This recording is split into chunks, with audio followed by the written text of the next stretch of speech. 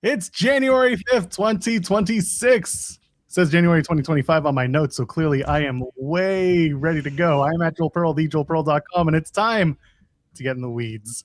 A fabulous Monday, a marvelous Monday, snowy here in Toronto, because that's just what you do. But we're not here to talk about the weather. Not today. Jeremy Lambert's here. He's always here. We'll talk to Jeremy in a little bit. But Jeremy and I now are very happy to welcome onto the show very early, first thing in the morning, from Boca Raton Championship Wrestling, BRCW. He's the founder. He's the CEO. His name is Matthew Maschler. And we are very excited to talk to him today about a show that's coming up on January 17th with CCW, Coastal Championship Wrestling, also out of Florida. The show's called YEOW. Did I get it right? YEOW? Yeah. It's a tribute to Jaka, who unfortunately passed away last year, but this is a big tribute show, a big celebration of life for Jaka, and we want to talk to Matthew now about all this coming together. So thank you for joining us this morning. Yeah. Thank you so much for having me. So first things first. How did we come together to work with CCW to put on this tribute show? So BRCW and CCW are related. I'll give you a little bit of our history. People don't like when I say this, but I'm not a big fan of indie wrestling. I'm a WWE fan, and I was not going to the CCW shows. They're a little too, for me, sometimes a little too violent. Sometimes it's just too much blood. I watched wrestling as a kid and then with my kids. And I'm just more comfortable with that more family-friendly product that WWE puts out. And I know that's controversial. And if you want to talk about that on a different show, I could go at that with the best of them. But that being said, indie wrestling just wasn't for me. But I wanted to like it, and I had friends and colleagues that worked with CCW. So what I asked Nelio, who owns CCW, is do you ever do a show in Boca? And he had a venue that he used to use. And I said, why don't we do a show together? My brand at the time was called Matthew Mania. And I would do events, social events, charity events, business networking events under that brand. And so our first show was Matthew Mania and CCW presents Boca Raton Championship Wrestling. I had made a logo, a ripoff of the CCW logo, before we even did that. I made the logo, and then I made the championship title belt, and then we made our first show, and it went over so well, we decided to do it again. And after we did it a third time, we had to say, okay, are we going to continue this? Because it's a lot of work. So we continued it for a little while, and after about 2 years, I came to the realization that really what we created is the Boca show for CCW, whereas they have Bash at the Brew down in Hialeah and Conquer Kissimmee in the Orlando area, Breakout in Pompano. They have these different shows in different regions. They're out in Nashville. So in different regions in Florida and Tennessee, they have the different shows. The Boca Raton show was called Boca Raton Championship Wrestling. And if anybody's familiar with Boca Raton, it's a little, as a city or as a product, it's a little bit more upscale. Boca caters to a little bit of a different audience. So that's part of the vibe, is a little bit of a higher production value, some national talent. So a little bit of an upscale show, designed for families, like for my friends to bring their kids and the people of Boca Raton to have a family friendly form of entertainment. So that's what we created in Boca Raton Championship Wrestling. When it comes to the Jaka tribute show, whose idea was it to kind of come together for this, to pay tribute to him? Yeah. So I met Jaka probably at our second show. His tag team partner Sean Maluda was part of NXT and WWE. I had met him at the Cruiserweight Classic. He was representing the Isle of Samoa. Part of the Cruiserweight Classic, the original concept, I don't know if people really remember it, was there were different people from different countries. They were trying to say that they're going to bring in the best cruiserweights from around the world, and so everyone that they brought in was from a different country. So they brought in people from Japan and England and Australia, and they brought in Sean Maluda from Hawaii or really from Samoa, because he is the nephew of Afa, the Wild Samoan. So they brought in Sho Maluta from Samoa, and I don't want to break kayfabe when I say Sho Maluta is actually from Staten Island, New York, where I am from, and we bonded over being neighbors and going to rival high schools. Except as you may be able to tell, I am significantly older, so we went to rival high schools in different decades. So we definitely brought him down for our very first show, but then for the second show, he had said that he's working as a tag team, and he wanted to bring his tag team partner, which was Jaka, and they were the Island Kings, a nod to the Polynesian Islands where they're hailed from, and a nod to Staten Island where they're actually from.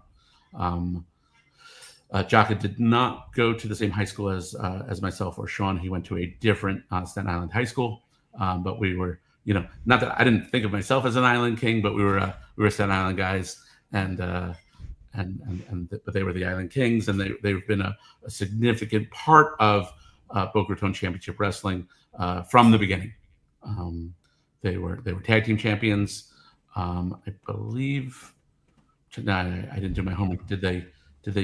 I think they beat it won the titles from the Righteous, if I remember correctly, and then lost to Matt Riddle and Kurt Stallion.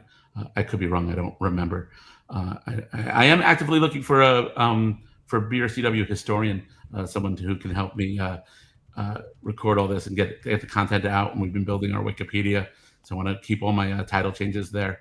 All the matches are on Cage Match, but I just have a memory like Swiss cheese.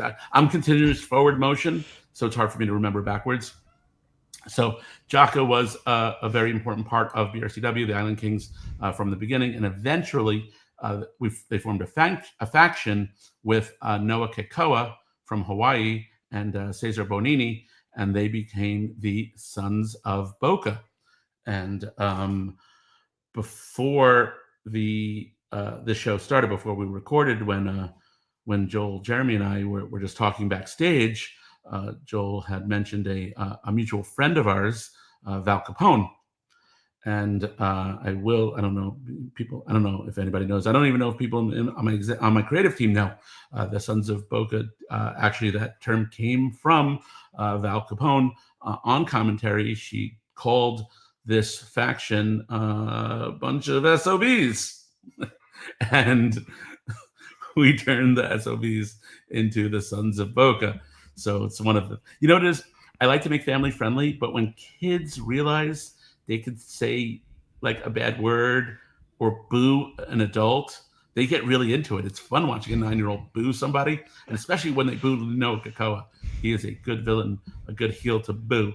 And when they get to like wear a shirt that says SOB, they think it's cheeky and fun, and that's what the Sons of Boca logo has a lot of Hawaiian imagery, but the SOB is very, very prominent. The Sons of Boca, and that's what Jaka was, and I'm pretty sure he's been at every show that we did since the beginning.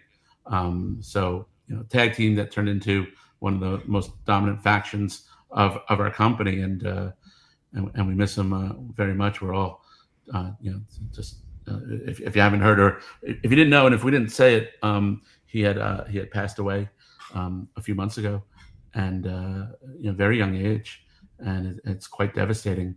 And we're putting on the show in his honor. Talent that knew him, that wrestled with him, that worked with him, and it's amazing to see the outpour from the wrestling community to put this show together. So it's not just BRCW and CCW. We're working with multiple promotions, and everyone in the industry is really pitching in to make this show happen. A real special tribute to a real special person.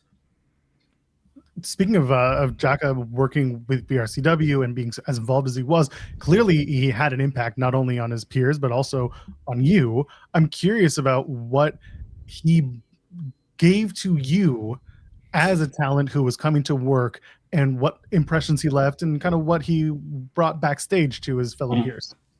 So, there were a lot of connections. As a child, as a wrestling fan in the 80s, I was born in 72.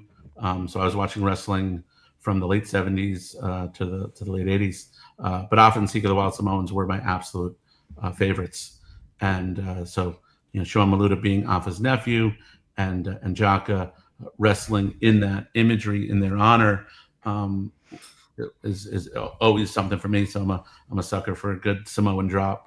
So when they'll do that, and when Noah will do that, I was or The Rock does one, I'm always very excited.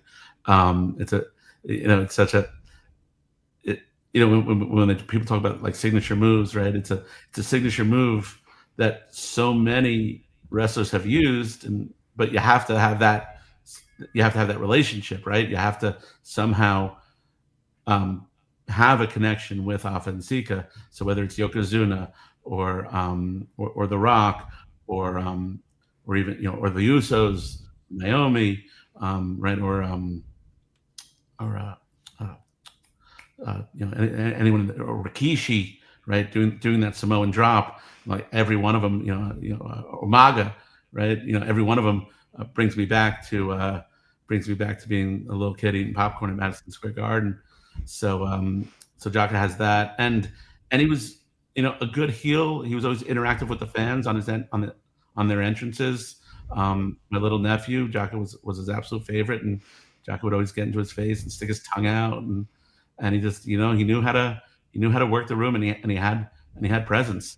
I didn't know him outside the company. We didn't hang out socially, but I knew him in the locker room, and he always he set a good example. He always he was always professional. He was always prepared.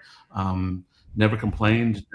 Never some people complain about their bookings or if they have to do the job, and it's amazing when you work with people, and the most professional, the ones that really, really take this seriously, the ones that are doing this full time, they're the ones who they'll do the job, or they'll work at any angle, and the only pushback they'll give you is if they think they can make something better, not for themselves but for the show. And it's the insecure wrestler or the less trained wrestler who has an issue with taking a job or reminds you that they did the job last time. But at my show, I talked about my show being a premium show, and I have local indies, and I have national figures, and I'm bringing in Matt Riddle and The Righteous and MJF and Matt Taven. And if you're a local indie wrestler and you do the job to Matt Riddle and Matt Taven and The Righteous, you're not having a bad year.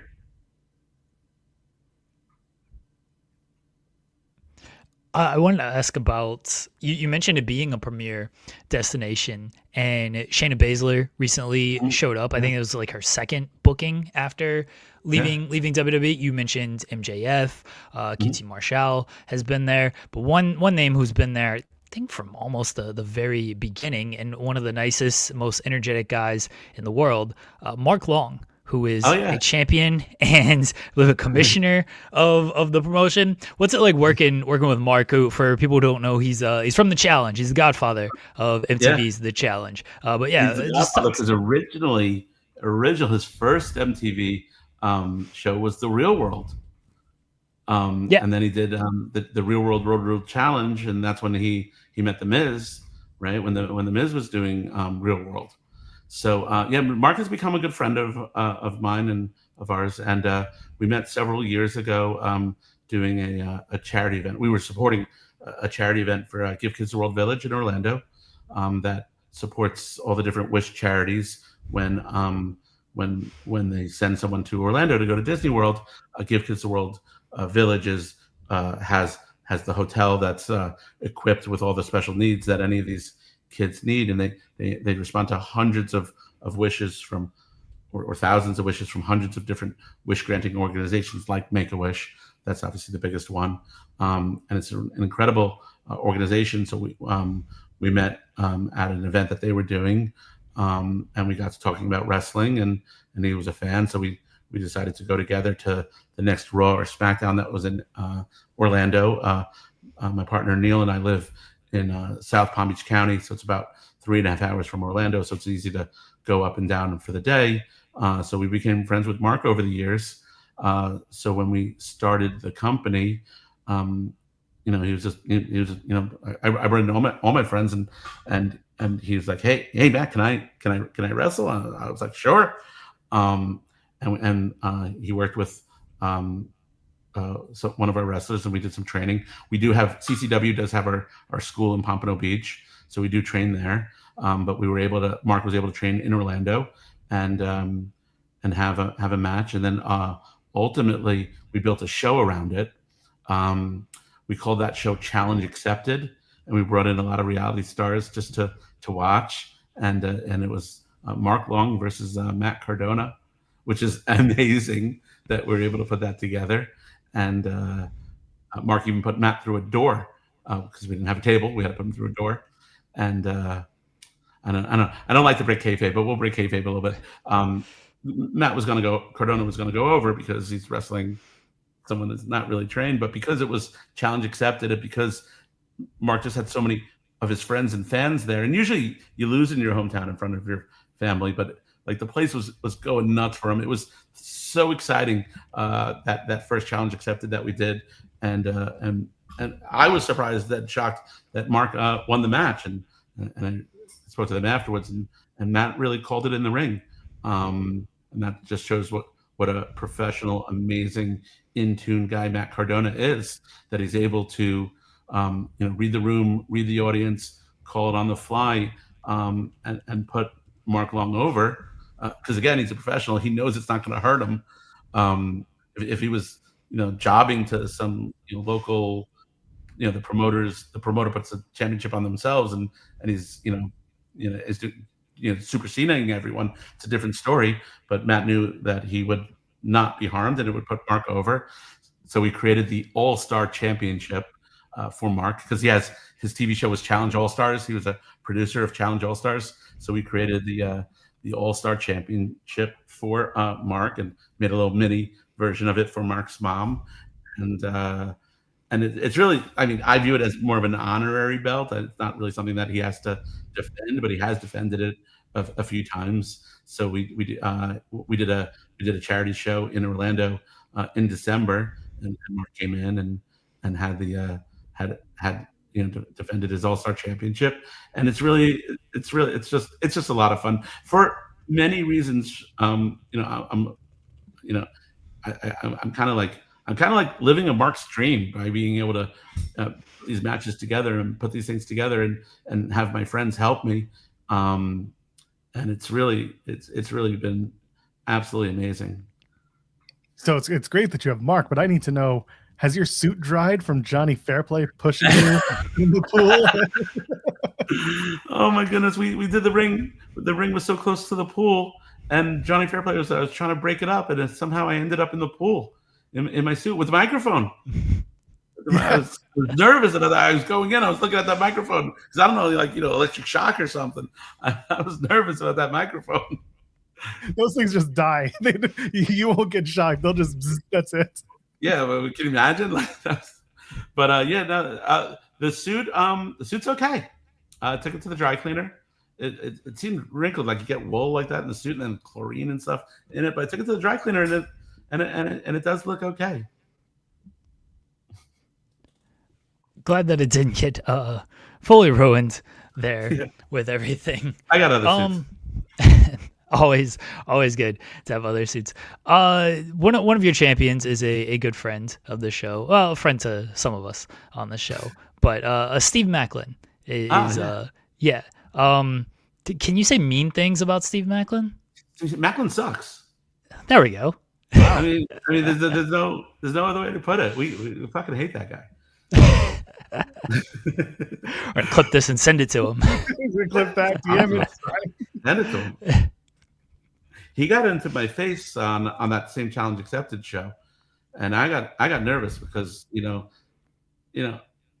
I could understand if it was NXT or TNA where it was his locker room, but that was my locker room, I mean, and I got some big Samoans in the back, and I got some guys in the back, and not that I can handle myself against Steve Macklin, but I had friends in that room, so I had to back down because I did not want to see what was going to happen, and I really didn't want to create an angle with him. I really did not want to end up in the ring with him, so I had to back down from that. But he thinks he won that, but I think sometimes mercy is the true victor. But Macklin sucks.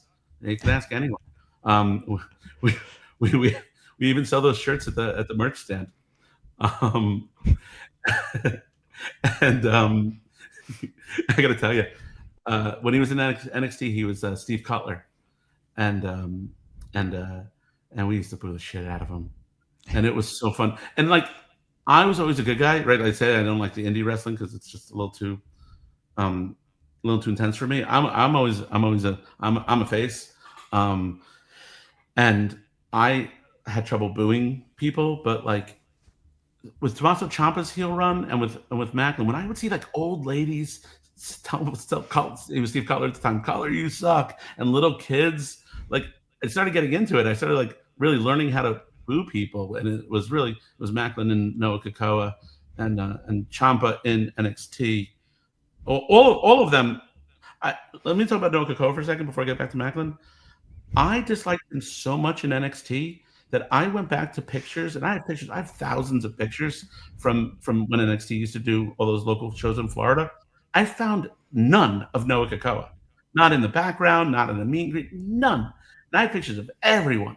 So like, that's how much I didn't like Noah Kakoa. And I didn't realize that, like, I didn't like him. Like I didn't with Cutler. Like, it was fun to boo him, but with Noah, I really didn't like him, and it had to have been so. You had to be so good as a heel to create that. But yeah, we used to boo the shit out of Macklin. And on my podcast, the Matthew Mania podcast, I talk about all the reasons I started BRCW, and there's at least 100 of them. But one of them was I went to a TNA taping in Pembroke Pines, and Macklin kind of got near where I was sitting because I think he was expecting me to boo him, but I didn't recognize him. His facial hair had changed, his outfit had changed, and his name had changed, and I didn't recognize him. And as he walked away, I went, "Oh shit, that's Steve Cutler!" And the fact that I missed an opportunity to boo him, because nothing made me happier than booing Steve Cutler or Steve Macklin, and I missed an opportunity to boo him. I'm like, I had to bring him into my next show. I had to create an opportunity to boo that guy because I like booing him. So that's that. Like, that's not a match. That's actually on the list of reasons, like, why you started BRCW, just to tell him he sucked. We had one show where when the fans put in the seats those little paper signs, we had fans litter the arena with Macklin sucks shirts. It was fantastic. He took me aside after the second show, ringside in front of everyone, and he goes, "You can tell me I suck all day long as long as you keep paying me." That affected me. So no, Macklin sucks. I don't even know if he's going to be doing the tribute show. Oh, we'll find a way to get him on. We'll use this clip of you just heckling him. Although, in fairness, it's actually, I don't think he can, because it's the same night as the TNA show. It's the same night as TNA. Same as the TNA Genesis pay-per-view. So yeah, he probably did it on purpose. He probably lobbied for that. So speaking of the tribute show, it is on Saturday, January 17th. It's coming up at Sun on the Beach in Kissimmee, Old Town Kissimmee. Tickets on sale at the CCW website. I should have had a better idea of a direct link. But yeah, if you just Google CCW Wrestling, you'll get to the tribute show on January 17th in Concord, Kissimmee, Florida, and I'll be there with my wife and some of our friends from Boca Raton. I don't think all of our friends from Boca Raton are going to be coming up to Orlando to make the trip, so we are relying on the fans in Orlando to come out and show support for indie wrestling. You're going to see one of the greatest shows you've ever seen. You're going to see Matt Riddle, Kerry Morton, Blue Pants. If anybody's a fan of Leva Bates' Blue Pants, she's amazing. Been a fan of hers for a long time, so I always like to bring her. It's always fun. Like when I started the company, like, who am I booking? Like, I just book people I like. Like, so when we started our women's division, bringing in Blue Pants.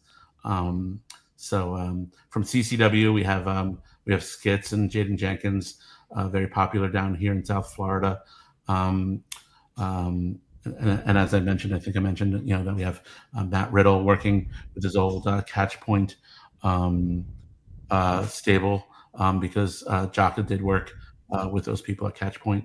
So it's going to be a great show, January 17th.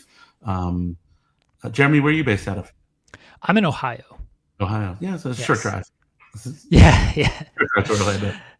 It's like 14 hours, I think. Yeah. It'd be worth it. If you come, I'll buy you a beer after. Oh, appreciate it. Just in time for you to drive home. No, you got to stay overnight. 14-hour trip. In the morning. So show me your Ohio driver's license at the tribute show, and I will buy you a beer. There you go. Anybody with an Ohio driver's license getting a free beer. I will personally buy you a beer at the bar after the show if you show me your Ohio driver's license and mention this podcast. Please go check out the show. It will also be on YouTube and Twitch, according to CCW. That's what they've put up there. So if you're not able to attend live, you can at least support it by watching it and checking it out. Again, the show is YEOW. It's a tribute to Jaka. It's January 17th, 2026, because now we are in a new year. So if you're in Kissimmee, Florida, and you can make it to the event, please consider going. Matthew, thank you so much for joining us this morning. I know BRCW has been putting on a lot of really fun shows, a lot of really cool shows, a lot of different talent, and I think that Florida has a wealth of independence, and yours is certainly one that presents a little differently than others, and everyone's trying to break out, which is great. Yeah, and you can see our show on YouTube. Just search Boca Raton Championship Wrestling on YouTube. We drop all of our shows there. We also have a separate channel in Spanish, BRCW in Espanol, because we have Ricardo Rodriguez doing our Spanish commentary. I don't know how many of our fans even remember the old Spanish commentary gimmick at every pay-per-view, but we are keeping that alive at BRCW. Somehow that Spanish announce table is destroyed at every show. Gets costly. If anyone knows of an available table, we are actively scanning Craigslist daily for tables. You gotta start working with doors. That's just what it's gonna come to. Put the door on, and you put the trim, the fabric door on the legs with the fabric around the door so that people don't see it's a door. Before Ricardo Rodriguez, one time it happened in the first or second match. He had to sit there the whole show. I'm like, let's move over to the American announce table. And Matt Raywald in English usually does our commentary, our American commentary over at our BRCW shows. So you can check all that out. Go check that out. Go check out what's coming up down the pipe. And CCW. And CCW, of course. Matthew, thank you so much. We really appreciate your time. Thank you. Anytime. I'd love to come back. We'd love to bring you back. Yeah. All right. Take care of yourself. Take care. The one and only Matthew Maschler, BRCW founder, man who's going to be working with CCW, with that group doing the Jaka tribute show on January 17th. It looks like it's going to be a very not only important event for everyone who was surrounded by Jaka, knew him, worked with him, but also you see a lot of names that are lending their face and their time, and it's actually really cool to see. Workhorsemen are on the card. Ortiz is on the card. The Hex are on the card. You know how much I like the Hex. We've talked about them extensively on the show. Lots future of talent. AEW tag team champions, the Hex. I mean, yeah, I have no problem with that. And of course, a lot of local Florida talent as well. One of the benefits of Janela's on the card too. I just noticed. Janela's also working. Janela's on every card. They're representing Beyond Wrestling. It's going to be TJ Marconi versus Shug D versus Danny Briggs versus Joey Janela in a FET 4-way match. So there you go. So there's a lot going on. There's plenty more over through the socials for CCW and also for BRCW. Check that out. That's where all the announced matches can be found. And if you can go to the show, go to the show. A couple of things real quickly. I will read the super chat from Josh, who said, will Chris Dickinson be part of the show? We didn't read this on air because I didn't want to make it some type of like gotcha thing with Matthew. He did reference that Catchpoint people will be there. For those that don't know, Jaka worked very closely with Dickinson and Drew Gulak, so that is why they are on the show. And the other stuff with them, gets set aside for at least this night to come together for their friend who passed away.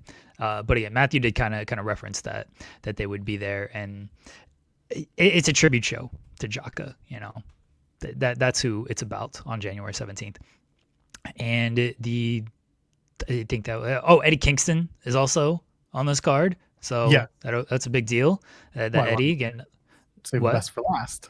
Well, yeah. You mentioned Ortiz, but yeah, there's a lot of good talent on this card, and hey, you know, it's a tribute show to Jaka, who was very important to the independent scene, and I don't know how many people know how important he was to the independent scene, because you know he wasn't a guy that I don't know what make it is, but he never had like a big run with the big independents or anything. He did a lot with Beyond, he did a lot with Evolve, but he wasn't really in like the standout years of like ROH or PWG, because he was more East Coast based anyway. So I don't know how many people like know how important Jaka was to the actual independent scene. But it's good that people are coming together and next week to pay tribute to him. Oh, that is next week, isn't it? It's already coming up. I think so. I don't know. I have no concept of time, Joel. I've not slept since Friday. No, wait. Did I sleep on Friday? I don't.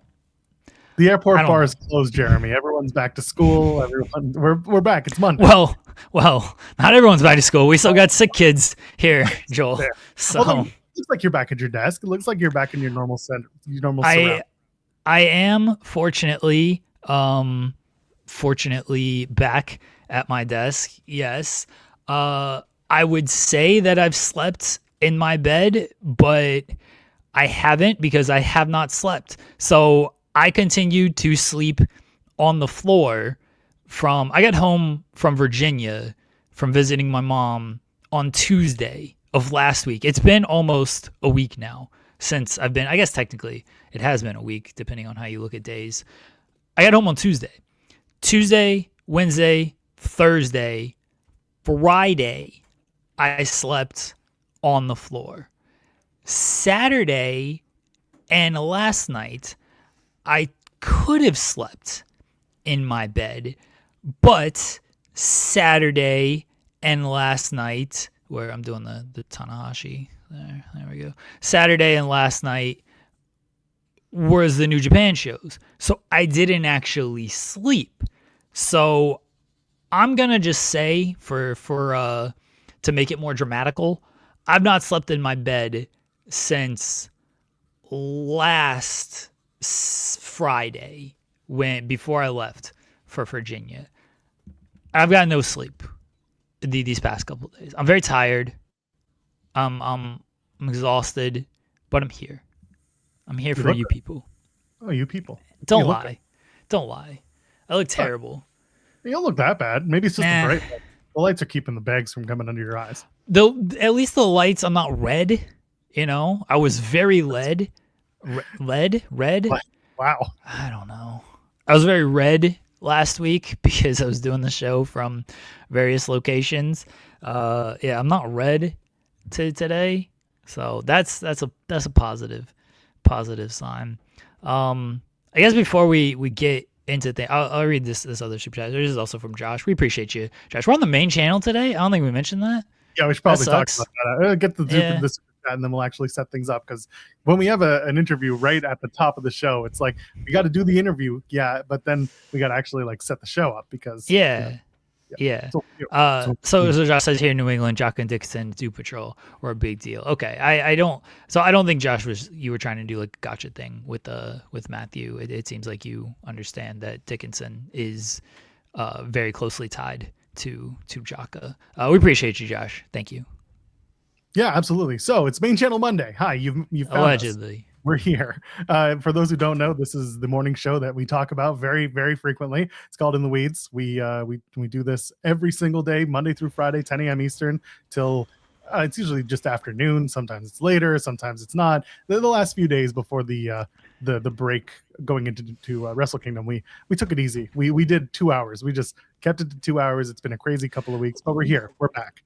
I had everyone sick. And so that Yeah, I can blame me. That was only 2 hours. I don't care. But No, I don't blame you because my kid was home and that's a lot, and SP3 was at home with his kids and his partner, and everything was crazy. Everything was crazy. It's a crazy couple of weeks, but now we're getting back to this whole gimmick. But top of every month, on the first Monday of every month, we come here to the main channel, as we call it, the Fightful channel, because our show is typically on our secondary channel, Fightful Overbooked, where you can find this show and plenty others live, and also clips as well from our shows over on Fightful Overbooked. So if you haven't already, subscribe to that channel. But every Monday, the first one of every month, we are here, we're clear, and we do talk about stuff. It's not always wrestling, but we had to start with wrestling because we had a promoter talking about a wrestling show. But here we are. But we're all over the place. We're the best morning show in wrestling. Love Wrestling says it.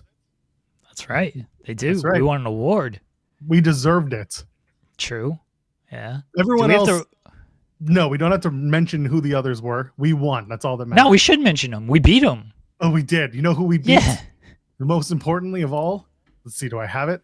Is the photo here? The most important. Is it there? Yeah, there it is. That's all you need to know, folks. That's what this award meant to us. Better than Busted Open. They were nominated. They lost. Big old losers, according to Love Wrestling. That Busted Open. It was us. It was I think between two beards, we like those guys. They're great. And who beat else? Them. Beat them. Wheezy. Beat her. Who else we beat? We beat everybody. Was comment on that? We beat him too. Doesn't even matter if he was there. We beat him. Queen of the Ring. Beat her. Oh, was she on that? Oh, she's. I think Alex was on it. Love Alex. Beat her. Beat her. Let's take a quick look. Love Wrestling. All right, beat them all. We beat them. Took them all down. Yeah, it doesn't matter who was there. We'll just say we beat everyone, like whether they were nominated or not.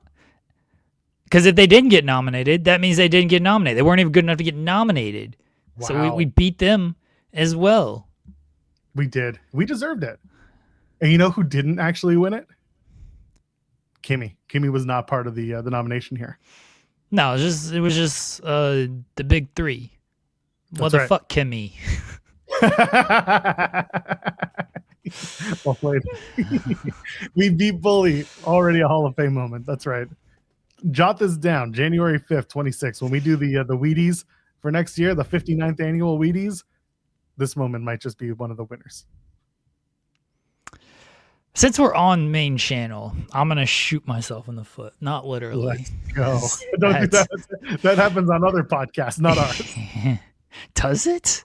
Yeah, there's a video that gone around last year. It was two dudes talking on a podcast, and he put the thing in his pocket, and it went off. Cheddar Bob himself? Yeah, it was a viral clip that went on. I'm sure someone in the chat knows exactly what I'm talking about. But yeah. All right. Well, people, longtime viewers of this program will be like, Jeremy might actually literally shoot himself in the foot. He's dumb enough to do it. I'm going to again, shoot myself in the foot here. We are hopefully going to have a major pre-recorded guest today that'll air on Wednesday's show. I think we're going to air it on Wednesday's show because who could possibly want to talk about NXT? It makes sense to... Good way to kill 20 minutes. So it'll air... It'll air on Wednesday's show. It's been confirmed, but I don't like saying it until it actually happens. So yeah, it's set up. It's been confirmed. Everyone's got everything. But if it happens, I will post the screenshot on my Twitter. It's not Tony Khan. Let me go ahead and dead that right now. Yeah, it's not Tony Khan. Tony is a live interview. That's all we're allowing. When they come to us and say Tony wants to do the show, we're saying is it live? And if they say no, we say pass because we're big stars now. We do things live. It's not Tony. If Tony joins us, it would be live. All right, let's tease it a little further. This is is AEW related? Is AEW related? Absolutely. Yeah. So hopefully, if you don't follow me on Twitter, please don't. But if you, I assume the Fightful account will retweet it. Joel will retweet it. But I will, if it happens, I will tweet the photo as we record it, so people know that it's happening and everybody can look for it. And then if it happens, obviously I'll promote it on tomorrow's show. I'm teasing it. I'm teasing it because we're on main channel today, and I want people to stick around. And then, you know, if it doesn't happen, then I just look stupid. But it won't be my fault. I didn't do anything wrong. I'm the one who getting their hype up. Yeah, well, I mean, I'm the one who shot the shot, and hopefully it's going in. It's on the rim right now. It's doing the Kawhi bounces. Hopefully it goes in. Oh, I love Matthew Hook's idea. It's not that, but I'd love for it to be Mercedes and Beast Mortos. Should I say if anyone's guessed it? Like, should I say no or should I say yes? Just let everybody guess it. I mean, everyone's gonna start guessing the entire roster. So yeah. At some point, someone will get it. Maybe. Yeah. I don't know. We'll see. If it's Adam Copeland, God, that'd be fantastic. I need Jeremy and Cope for 30 minutes, just trying to find love. It'll just be you guys talking about like hockey for a half an hour. See, fine. I think that Cope and I would like actually get along fine. I hope people know I don't have like an actual issue with Adam Copeland, the person. I just don't find the wrestler all that interesting. That's all. Like he does nothing for me as a wrestler. But as a person, he seems like a great person. Big wife guy, relatable. Big hockey fan, relatable. So we already got those two things in common. Loves his kids. Nah, not as quite as relatable. Ryan Lambert sends a super chat saying congrats on getting new AEW signing Evil interview. Oh, I don't think it's going to be him going to AEW, but who knows? Stranger things have happened. Stranger Things also the theme of tonight's Monday Night Raw. Have fun with that. Allegedly, where everyone's going to the upside down. Yeah, well, none of y'all have got it yet. They're gonna screw this up so bad. It's gonna be very funny though. You know what? I promise you, when you see it, you'll be happy. You'll be happy to see it. We'll put it like that. Yeah. People will be excited when if it I shouldn't say when. If it happens, people will be very excited for it. Yeah. So yeah. Well, where should we start? SmackDown? What? I'm just kidding. It's 3 hours. It wasn't bad. Matt Cardona returned. However, I'm yes, the bar is in hell. 3-hour shows like this are not going to be weekly. My expectations are not high. For a first one, listen, I'll be perfectly honest. I stayed up until 11 o'clock. I watched the whole thing. I did not turn it off after 2 hours. I know. Even they got to the main event, and I was like, do I want to sit through this ambulance match? And I did. And I was like, all right, glad that I did. It wasn't actually a bad match. It was entertaining enough. It did all the things that we expected. But it was good. You know, it was fine, as I would say. Which, by the way, when we talk about New Japan, I see SP3 used my "it was fine" line during one of the, I think it was during the 4-way, talking about the junior heavyweight number one contendership. Pretty sure he used the term. It was either that or the 10-man tag. Either way, at one point, the words "it was fine" was used, and I was like, "Son of a bitch, copyright infringement." I see you.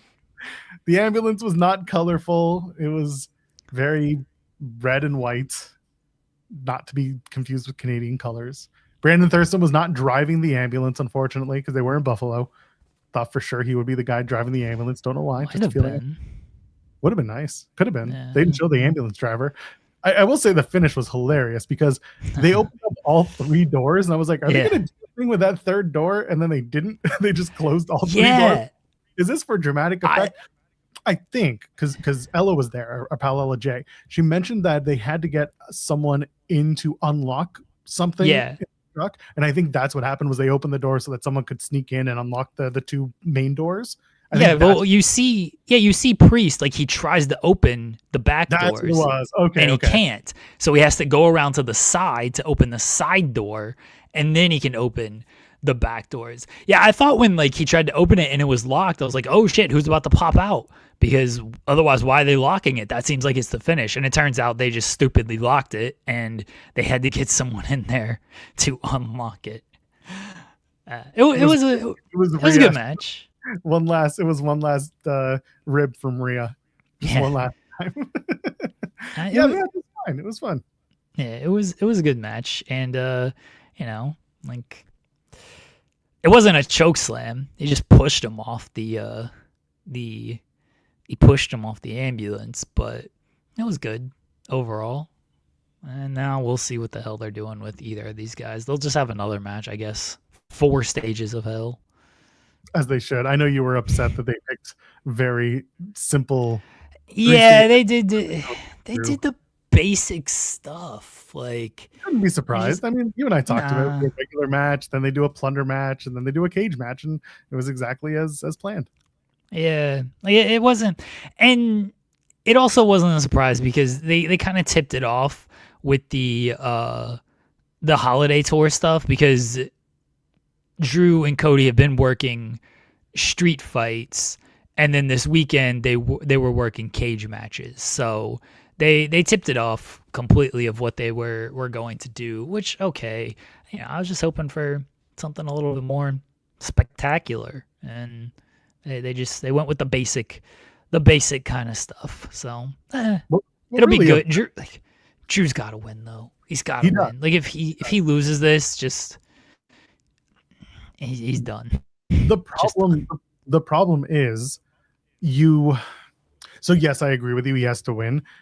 They're also doing he's going over the top with his mind games, and Cody's playing up the over the topness of it. So at the end, the catharsis is that Cody wins and he beats the demon that's been, mistreating him. And it's like, or the demon could just win the damn title for a change. That would be fine. He's been beating him. I know, and that's the problem. So my favorite part was Drew takes out he's in front of the bus, and he takes out the framed photo of Cody and Dusty.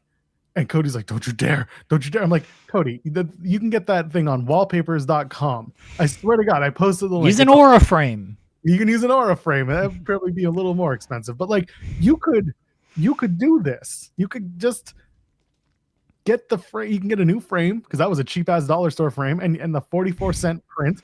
Like, you don't have to be upset about this. Your bus was on fire and you were less upset than this. Like, what are we doing? And then he's chasing after Drew, and then Drew's in the ring, and then Drew burns the photo and puts it in the trash can. And it's just like, you can get a replacement. Dusty didn't sign it. The frame doesn't talk with Dusty's voice in a one-of-a-kind way. I get it. The idea is that it's like, it's so sentimental, but it's like, you can get a new one. I promise. You can even get it on the website I just talked about. It's easy. Well, then he burned the photo, so good. You can still get another one on wallpapers.com. This is the last time I'm going to shout them out, because they're not paying us to put them over. Fair. Yeah. And Cody's so funny when he gets mad. His reactions are hilarious to me. SpongeBob walk. He's a funny guy. So good. He's just he wants to be so serious, but he just cannot be so serious. And yes, if we still had aura frames, I would have absolutely turned that into a segue. Absolutely. But unfortunately, I mentioned them. But yeah, they don't sponsor it right now, so at least not us. Maybe we're on main channel, so maybe they are kind of like sponsor. I think we would have been told if that was the case, but at least for our show today, would have been. I don't think Sean knows we're on the main channel. I think he forgot that we do this gimmick once a month. Well, that's why at one point I was asking, when's the Wrestle Kingdom show? Are they going to hold off till Monday, or are they going to do it on Sunday? And they ended up doing it on Sunday morning, which, like, good. I'm glad they did it, because if they had decided to do it this morning, I probably would have been like, let's not go on main on the same morning as the New Japan shows. But they didn't. Bumped them. We were here first. I didn't really. No, I don't want to bump them. I don't. I like Lyric. SP3 is there too. Apparently it was the pre-show match that SP3 said it was fine. Regardless, that was he's taking my beat, man. It's taking my flow. What? Oh, because know. He said this is fine. Oh, okay. Yeah, exactly. Okay. You got it. All right, anyway. all right. Matt Cardona's back. Good for him. Yeah. So he comes out. It's very funny that, like, it happens in the same segment as the Kit Wilson match, because Kit Wilson has this new presentation and everyone's going nuts for this new theme, which I thought was great. I thought it was fantastic. It was very funny. It was very silly. And it fits perfectly with what he's doing. The gear looks good. He looks good. So you couldn't really lose with whoever you brought out, because either it was going to be someone squashes Kit or someone squashes Kit. And it was, they teased the Zack Ryder, and then Matt Cardona comes out, and I was happy for Matt. And I think a lot of people were happy for Matt because he's been talking about going back. He said he doesn't want to go back officially until he gets his name and his likeness, and seems like that's the case. And good for Cardona. He's worked his ass off for the last 5 years out of WWE to really establish himself, really give back to independent wrestling in his way. And the only thing that I really don't like about this is that I really want the Downstate theme back, which is something I never say. But in this case, I'm like, the new theme, yeah, Ken Bruno's saying it's awful. It's not good. It is. I can't believe Downstate made a better theme than this one. Good to see Cardona back, though. Maybe they'll get the Downstate theme for him. Yeah, they have the relationship. Yeah, very much so. There's no reason. Maybe there's a. I'm sure for WWE there's a silly ass reason, but like that theme just was not good. Yeah. Good on Cardona that he's back. He's it's been almost 6 years since he's been gone, and he's been like, this is what he worked the last 6 years for. He wanted to come back, and he finally made it. And good on him. He gets to be Matt Cardona instead of Zack Ryder. We'll see what it leads to with him. I'm not sure what he expects. I'm not sure what they expect. He didn't get the finger point from Triple H. Oh, I don't know what that means, but they didn't post that photo. I don't know if Triple H was there on Friday. I don't think he was there. Yeah. I don't know if Triple H was even there on Friday. So Paul was en route to Japan to make sure that he can give his flowers to Tanahashi. Okay. He wasn't on the last minute. They couldn't make it work. Yeah. But I'm happy for Cardona, and like, it was good to see how many people on the independent scene were praising him, and saying how well he lifted up the scene and everything, and no, it was just good to see the support that Cardona got after returning, and now the indies are completely screwed. Oh no, everything's going to go down now. That's okay. I mean, Cardona, I'll tell you this much. All the shows that I've gone to lately, Cardona's not on all of them. He's on a lot of them. Do not get me wrong. But there are other people that are coming around that can start bolstering the talent views, if you will. There are hard workers, plenty of hard workers on the indies. There'll be more. One thing that's going to annoy me about all of this is, like, it's true, like, Cardona worked hard and he got back, and the same thing with Chelsea. It was good to see John Cena shout them out and everything. But now, much like Drew, like, it's going to be like the talking point if you get released. And again, these guys and girls are more the exception than the rule. And look how long it also took them. And credit to Drew, credit to Chelsea, credit to Cardona. They worked really hard after their release. They reinvented themselves on the independent scene, and they continue to make the most of their opportunities, and they're out there grinding for as long as they were grinding. But Cardona was 6 years.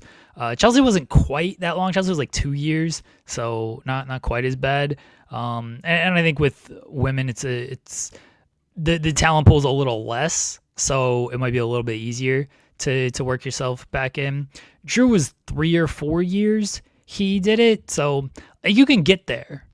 It just takes a lot to get there. Not everybody wants to do that, but now Cardona is going to be the new Drew of, see, you can do it.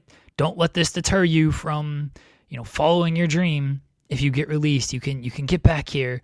Like, man, not everyone wants to do that for 4 or 5 years in hopes that they are the exception and not the rule to these things. There's also just an amount of butt busting that you got. Pause. There's also an amount of like hard work that goes in to getting yourself back if that's what you want. You look at guys like Drew, you look at guys like Cardona, and they really go out of their way to not over promote, but they go hard with everything they do. Like Cardona was doing the figure stuff. He was doing Major Brothers. He was working wherever he could. Drew was doing the same thing. He was out there working hard, showing off that he is improving, doing stuff in other companies like Impact, like ICW. There was plenty going on for those guys to be rebuilding on and continuing to make themselves better to come back. On the other side of things, Ortiz in AEW is another example of this. Ortiz is back. He's not in a prominent space yet, but he's on TV. He's back on AEW television. He spent the better part of a year recently coming off of injury, working the indies, wanting to go back. He wanted to be on AEW programming, and he's found himself back in a spot, whether that was someone vouching for him or whether that was him working his ass off to get there. It doesn't matter. He's still got a spot as well. So it really shows that, like, if you show the work that you're doing and the work you're doing is good, then yes, your chances can come. And not everyone's going to get that, but it takes a certain amount of insane work ethic to get there. Cardona's continued to show that over the years, and so did Drew back when he was on his path back. Yeah, you can do it. But again, I don't know. Well, I do know, like, not everyone wants to do that after they get released. And think of all the people that get released in a year, and think of all the people that just stop after that, and then think of the people who continue to work and never make it back. Like, Drew and Cardona are the exception to these things. I'm not saying like give up after it's over, because there are other opportunities out there, which is good. But I think Drew went about it the right way. I think Cardona went about it the right way at first, and then he made it very clear he wanted to return to WWE. And I'm not saying that's wrong, but he definitely like had his goal. How do you call yourself, the king of the indies, and all you want to talk about is just one return to WWE? But they went about it the right way, and they just continued to work, and they did do things differently with it, instead of, oh, I just want to get back to WWE. I just want to get back to WWE. And like, they just took various opportunities when it came down to it. So good on Cardona. I hope more people continue to get those opportunities when it comes to that. But at the same time, like, it doesn't always happen in that way. And when it does, it's good for those people. But if it doesn't, like, I just don't want people to get like discouraged off of that. Get excited for Nick Nemeth returning. He returned sort of with the one-off. I think he'll be back. I have a feeling that he might be Rumble bound. Just a feeling that I have. I understand why. Like, I kind of get it, but they have so much talent in NXT. That's the thing that is just strange to me. This is no knock on Cardona, but why are you bringing these guys back when you already have a bunch of talent in NXT that you could just like call up and use, and start working on getting them over for the future? Like, I think, again, Cardona is a good person to have on the roster, and Cardona also has a ceiling on where he's probably going to go. And there's nothing wrong with that, but why not like try to get other people over from NXT and start to work on them? Like Matthew's saying, the men's division is thin after the first 4 or 5. Like, I don't disagree. We've talked about the men's division and how it's kind of weak, but like, I look at a guy, Wesley was just released. Like, Wesley was down in NXT forever.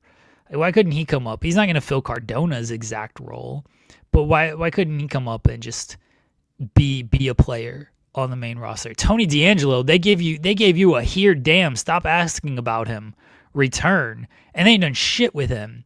Like, why can't he be on the main roster? And he can kind of fill the Cardona role of like, hey, you kind of need like a quick little vignette.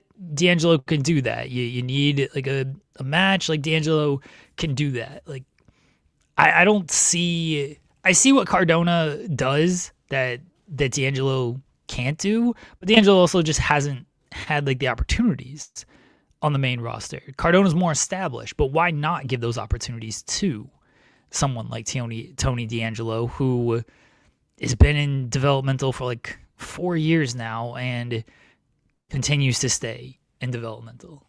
Well, remember that when Tony D versus Leon Slater for the NXT title happened at Stand and Deliver, because Leon Slater wins on Tuesday. Oh. Get excited. That match is Tuesday? Okay. That match is Tuesday. New Year's Evil is tomorrow.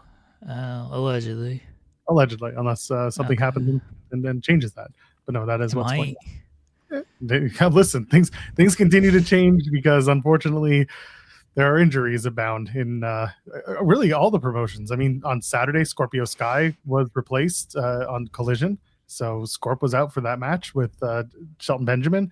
On the Holiday Tour, we lost Michin. That was for the Friday match that didn't happen. And now BFAB might be injured according to Fightful Select and sources. So we don't know what the longevity of that will be in terms of how long either woman will be out. Hopefully it's short term, if anything. But it sucks, man. It really does. But the injury bug is going around right now.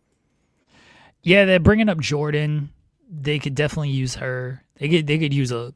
We've talked about the state of the women's division, especially on SmackDown. The Jordynne Grace thing tossed that whole women's North American title match into weirdness too. I think Thea Hale's gonna win now. I just think she's gonna win the match. I mean, I hope so. I still just assume they're gonna go with Blake. I mean, I hope Thea Hale just wins. You know, put all the titles on Thea Hale. Yeah, but they're bringing up Jordan, which is good. And the rest of the SmackDown women's division, it doesn't exist. Julia won the U.S. title back, which good for her. But if she's gonna have the same run that she had previously, it's like, okay, what's the point of that? Like, who is there for her to feud with right now? Like, especially if B-Fab and Michin were her. Though B-Fab and Michin were the "we need you, please lose" people. You know, like you got to call some people up on that case, because if they're out, you got to start getting some other talent on the show, especially 3 hours, especially these 3-hour shows. Well, there's always Zelina Vega. She just gets beat up. Former U.S. champion. Yeah, allegedly. Yeah. Very much allegedly. Either way, so SmackDown 3 hours. It wasn't terrible. Again, the bar is low, and hopefully they can have more good 3-hour shows than bad. And we'll be keeping an eye out, but that is still a long wrestling show. 3 hours. Andrew Brown sent a super chat saying, "Can't wait for potentially Evil versus Roman Reigns." Hell yeah. Baby. That's a match. They're going to talk to each other for a good solid 30 minutes in that match. Again, incredibly long fingers. Do not understand it sometimes with you. My wife enjoys them. Jesus Christ. I'm done. I'm going away. Anyway, speaking of evil, should we talk about the Wrestle Kingdom show? The format show? The show. 4 matches? Yeah, I guess that's fair, I guess. I mean, I'm okay with that. It was a very good 4-match show. The other matches were just kind of there for me, but I'm not as connected as others are when it comes to New Japan. But I was very clearly, interested in 4 of those matches. And again, the Tanahashi retirement was one that everyone was looking forward to, and it was very understandably the finish of the night. And what a finish it was, whether you watch the match or the ceremony afterwards. Ooh, buddy, what a moment. What a great, great finish to Wrestle Kingdom. Everyone stayed right till the end, it looked like. It was great. All right, let me real quickly run down kind of the pre-show stuff. The Young Lions match happened. Phantasmo beat Chris Brooks. That was a Jewel Pearl fine. The Rambo match was nonsense, but you got man tag. That's great. Yeah, congrats to TMDK on winning the titles. So, and Hartley Jackson being 80 years old and getting a championship finally, and Zack Sabre Jr. going from main eventing the Dome to curtain jerking the Dome. Good for him. If you're not last, you're first, and that's where you want to be. The 10-man tag existed. Oh, Jake Lee. Lee's back, baby. Double X back from excursion. Who's not excited for this? Jake Lee wasn't on excursion. He was injured. Wasn't on excursion. I'm just, he was out. He was just out. But it's just fun to say. I say he's been a champion like everywhere he's gone. It's great. This dude got the Undertaker entrance. He's so big though compared to everybody else. Like he's tall. He's tall. I say he's tall, but he's really not that tall. Like he's taller than the current IWGP heavyweight champion. I don't get it with Jake Lee. I don't think like most people get it with Jake Lee, but for some reason these Japanese promotions love this guy. Man, he must be like awesome to deal with backstage. Like he must be like the funniest dude ever to backstage, because I just do not get how. I like his theme music. His theme music's like straight out of Dexter. I like that, but I don't get anything about this dude. And he's gonna win the G1. He's gonna headline the Dome next year. Let's go. I just assume it's gonna happen. Like companies love this guy, but it's not for us to get. That's the thing. It's not, because New Japan is no longer built on the Gaijin that it was, so many years ago. But the Japanese crowd doesn't like care either. Oh, like, they love this guy. Nah. So excited for him. Nah. That's with a straight face. Nah. They're gonna push him so hard, and it's gonna be so much fun to watch. It's not for us, Jeremy. It's not for us. It's okay. No, it's definitely not. The junior 4-way. This was the SB3. It was fine match, right? No, apparently that was the Brooks and ELP match. Oh, okay. Well, this match. You clarify earlier, but the 4-way was fine. It was a typical House of Torture, like got interference at the end type of thing. This match was worse than fine. Oh, I didn't think this was good. I thought it was funny. I thought it was fine. It was short, which I love that, but great. That's right. And Desperado wins because, of course, he does.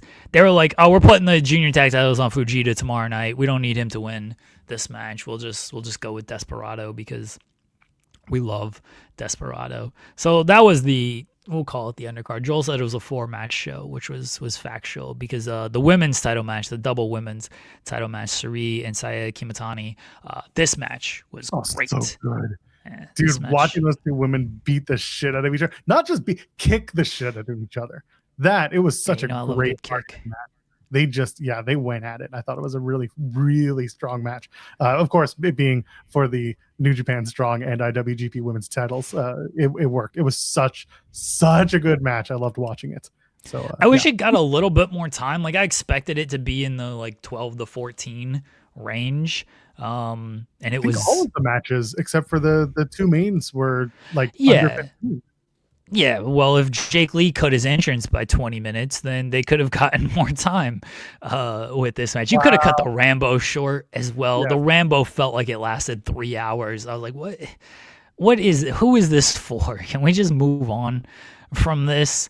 But yeah, Kimitani and Suri was just so good, and Kimitani's taking some time off now. She'll be back in a month, which is good, but she said she was a little bit banged up. Yeah, that was a great match though, and it made the undercard more tolerable, because like nothing happened until the greatest wrestler of all time, Evil, carried Aaron Wolf to his greatest match ever. Am I lying? It's very funny because like, I wasn't going to put it out there, but I did see other people make the comparison to Ronda Rousey when she debuted in wrestling, and like how she used her judo throws as like part of her repertoire and like made it believable. And I thought so with Aaron Wolf, like watching him do his throws, and he made his wrestling believable, and he got a huge response from the audience. Like they were with him the whole way because he's a hero there. Like he's won Olympic medals. He's a champion. The dude is lovable. He gave good interviews going into the event. Like he then went in and like showed respect to professional wrestling, doing the black trunks, black boots, shaved his head. Like he went in young lion, and he's not a young lion in the traditional sense, but he is in the wrestling world, especially in Japanese wrestling. And he went in there with respect, and people liked that. And then he had a really good match with Evil that you can say Evil did carry him, but he also trained him, so you kind of expect it. And I thought that it was a really fun match. I thought it was really good stuff. He's not going to be great immediately, but I thought that there was a lot of promise for his debut. Well, his official debut, because I know he's had other spots going into the Dome show. Yeah, it's spots, but this was his first. SP3, you're not the only person who made the Ronda Rousey references, so calm your ass down. It's not just you, buddy. This is just is this also we're only talking to Rocky Romero? Are we doing this conversation too while we're at it? What are we really doing here? Come on, chill out. You both of you are off base. Everybody who said Ronda Rousey and whoever, you're all off base. Let me give you the real comparison here, folks. This was not Ronda Rousey, Triple H, or anything like that. You know what this was? What was it? Sting and Ric Flair, baby. That's right. No. Evil was Ric Flair out there carrying Sting, aka Aaron Wolf, to a real competitive match and letting him get the shine as the babyface. That's what this was. Sting and Flair. Do you know what happened after Flair won that title? Sorry, after Sting won that title from Flair, you remember what happened? Bash at the Beach 90. Do you know what happened? No, he tore his leg up. Nobody came back. Oh. The fans did not want to see it. They were there for the moment, and then that was it. It was the Bret Hart. It was the Bret Hart Tom McGee carry job. That's what it was. It was Hart and McGee. This was Sting and Flair. Aaron Wolf is now going to become one of the greatest baby faces of all time, thanks to Evil, one of the greatest heels of all time. Aaron Wolf wins the never open weight title, which is a title that means nothing, so it's perfect for him right now. Bro, he got the biggest pop on the show until Tanahashi came out. Like we gotta talk about one very, very important thing, and I put it out there on Twitter. This was my one, because everyone has their hot takes at the wrestling shows. I get it. We got to talk about this. Aaron Wolf has Claudio Castagnoli nipples. Oh, They're so big. They are so big. Go back, do a comparison, and now, honestly, kind of want to see Claudio and Aaron Wolf lock up, because those nipples will probably lock up too. Just have a nipple off. They'll just have a nip off. What if they get milked? What if, like, Ben Stiller, see who can milk them fastest?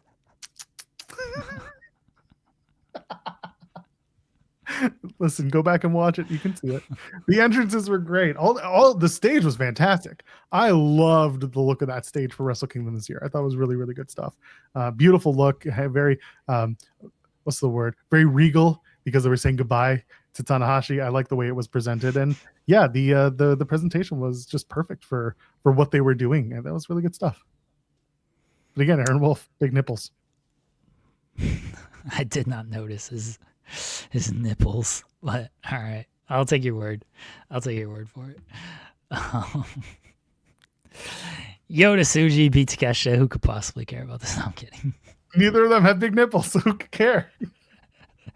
Takeshita continues to be the greatest in-ring wrestler in the world, and Yoda Tsuji, they finally decided to make him, I mean, which was pretty expected here. Like, I don't think anybody thought he was going to lose, but it's New Japan, so like maybe they thought he was going to lose. I love that he beat him with the Boston Crab, the ultimate young lion move of, see, you weren't in here shooting in the gym like all of us. You were out getting ass fucked at DDT the night before. That's a real thing that happened. I'm not making it up.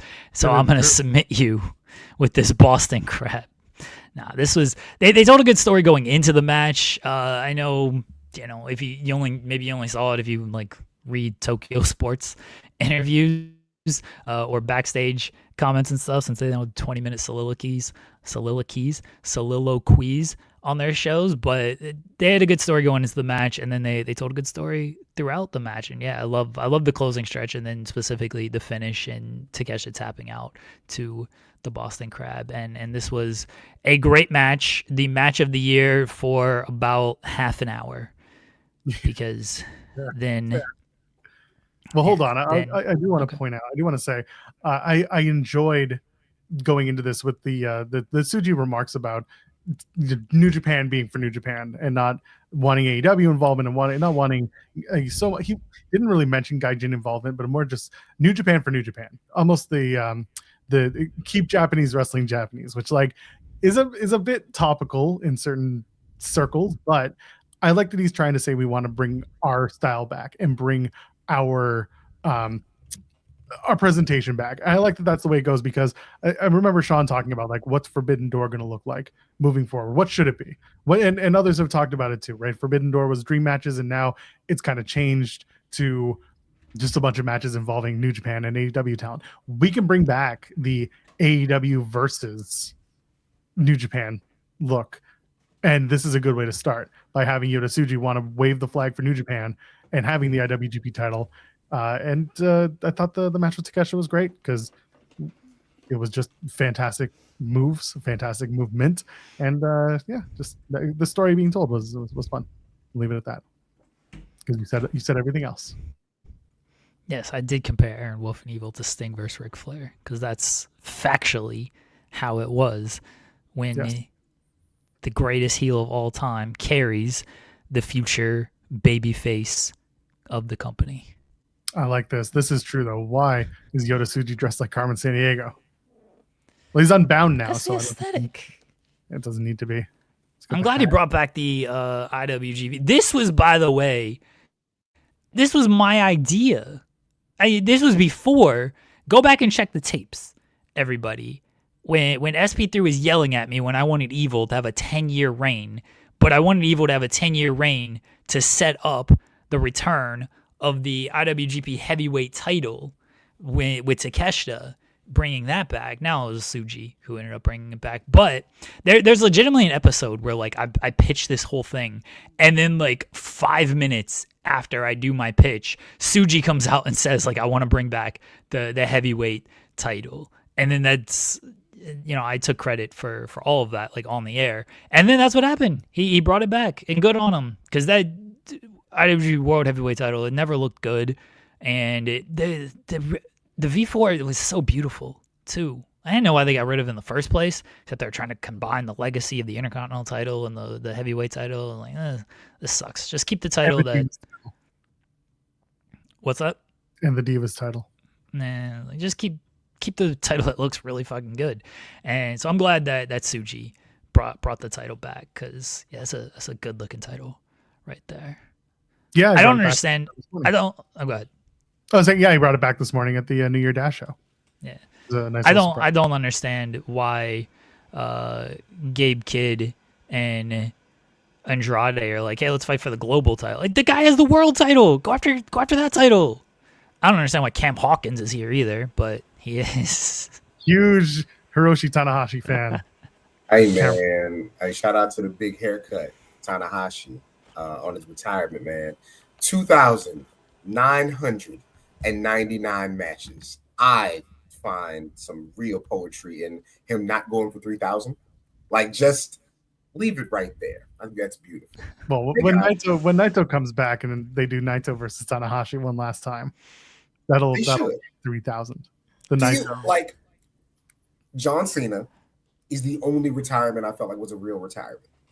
And the biggest thing is I know what he's doing outside of wrestling. I do not feel he'll ever be in a position to need to come back to wrestle. You know what I mean? Like, he won't need that. But I don't know Tanahashi. Maybe he'll leave the game alone. Maybe he'll come back for the love. Maybe he'll need a check. I don't know. But salute to the guy, man. He's going to face Joey Janela at Spring Break in 5 years. And listen, man, I'll be there sitting next to Megan Bain saying, hey, you're Megan Bain. Yeah, that's what he needs to hear. The amount of times I have texted Joey when Megan's wrestling, like, hey, Joey, salute. he's just like, yeah, Cam, yeah. So, yeah, that'll be great. I love that. Happy New Year, my brothers. How are y'all, man? Good, Happy man. New Year, Cam. Happy Doing New well. How are you? Exhausted. I put it in the bio. I'm very tired. It has been Nick Khan hates you. Nick Khan hates me? Yeah. Yeah, he hates tired people. Are you going to start putting he hates everybody who says like I'm tired or I'm exhausted. I can't lie, bro. I felt a little tight when I was in a room with Nick Khan. I did feel a little tight. He's kind of he's an intimidating dude, and I'm not afraid of a lot of people. And I was a little tight at the Netflix brunch when Nick Khan was just walking around. It was like I watched him like, you know, I was talking to Jay, and I watched him kind of pull Jay aside to have a conversation. Jay wasn't even doing anything. I was like, I hope Jay's not in trouble. Like I was a little tight around Nick Khan. Yeah, man. Yeah. Hey. I am tired of dealing with dorks on Twitter, but it's, you know, it comes with the territory, man. Hey, Jeremy, we busted that ass again. Oh, yeah. I mean, in the words of Shea Gilgeous-Alexander, you don't lose to a team 3 times unless they're better than you. So, but then we lose to Portland. Like it's right. That's Portland and Utah, right? Then they lose to Utah. Yeah, basketball. It's ridiculous. Yeah, I mean, OKC lost to Phoenix last night. Devin Booker hit a game winner. Like, my thoughts on the regular season at this point, I'm very spoiled. I fully admit that. My basketball team has lost 6 games all year. My hockey team about regular season basketball when your team is good. Yeah, it's just get through healthy and work on certain things and just be ready for the playoffs. Like, you're going to lose games because sometimes teams just show up a little bit more than you. Sometimes, like, teams have ridiculous shot making and everything, and, like, you just have an off night. So it happens. Like, you can't overreact to these things, like, when you're the top team in the league. There's no point in trying to, like, hang on to every single game because that's how you get stressed out. I've been very good for people who care about my mental health. I've been very good this regular season of not hanging on every single loss and wanting to go jump into traffic after every loss. Before we talk a little bit of wrestling, imagine being Lamar Jackson today. Oh, man, that game was insane last night. He did everything he could. He did everything he could. And I was with, name drop, I was with Rick last night. We're watching the game, and Rick hates football, but even Rick was like, that is some bullshit. And I was like, yes, it is absolutely some bullshit. That was, Boswell missed the extra point, and I'm like, oh, no, now they can just win it with a field. They got the great return, the 4th down throw, and it's just like, because the way the season started was the Ravens blowing the lead in the opening night game, Sunday night, them blowing the lead there and losing because they blew the lead, and then what? The guy had his foot out of bounds, right, on the touchdown throw, like his toe was out of bounds. Yeah, so they lost the game on that, and then here they have a chance to go to the playoffs, and he pushed the shit out of that thing, right? Oh, yeah, man. I was telling everybody we were all hanging out. I was like, listen, one team's going to make the playoffs. The other team's coach is getting fired. There's absolutely no way the other team's coach has a job next year. But yeah, you know, that's the nature of the game. But hey, guys, hey Joel, my man, how are you? Oh, I'm just surviving. You know. Yeah. So we did some stuff at Uncrowned to end the year. We did our crownies, as they call it. I think Ariel's jumping on today with his, are they called the nosies? Sure. He has his own kind of award thing that he does like for the live broadcast. But yeah, we did we did our awards, and it was really fun. They tasked me again this year with male and female wrestler of the year. So shout out to John Alba, who is a way nicer person than me, because boy, I would have been telling people to fuck off left and right. It would not have been a conversation. It would have been fuck off. But you know, our awards are what is it? It's 10 points, 8 points, 7 points, 5 points. Some people voting on that were egregious. Cam. Listen. He doesn't have social media. Jackman doesn't have social media.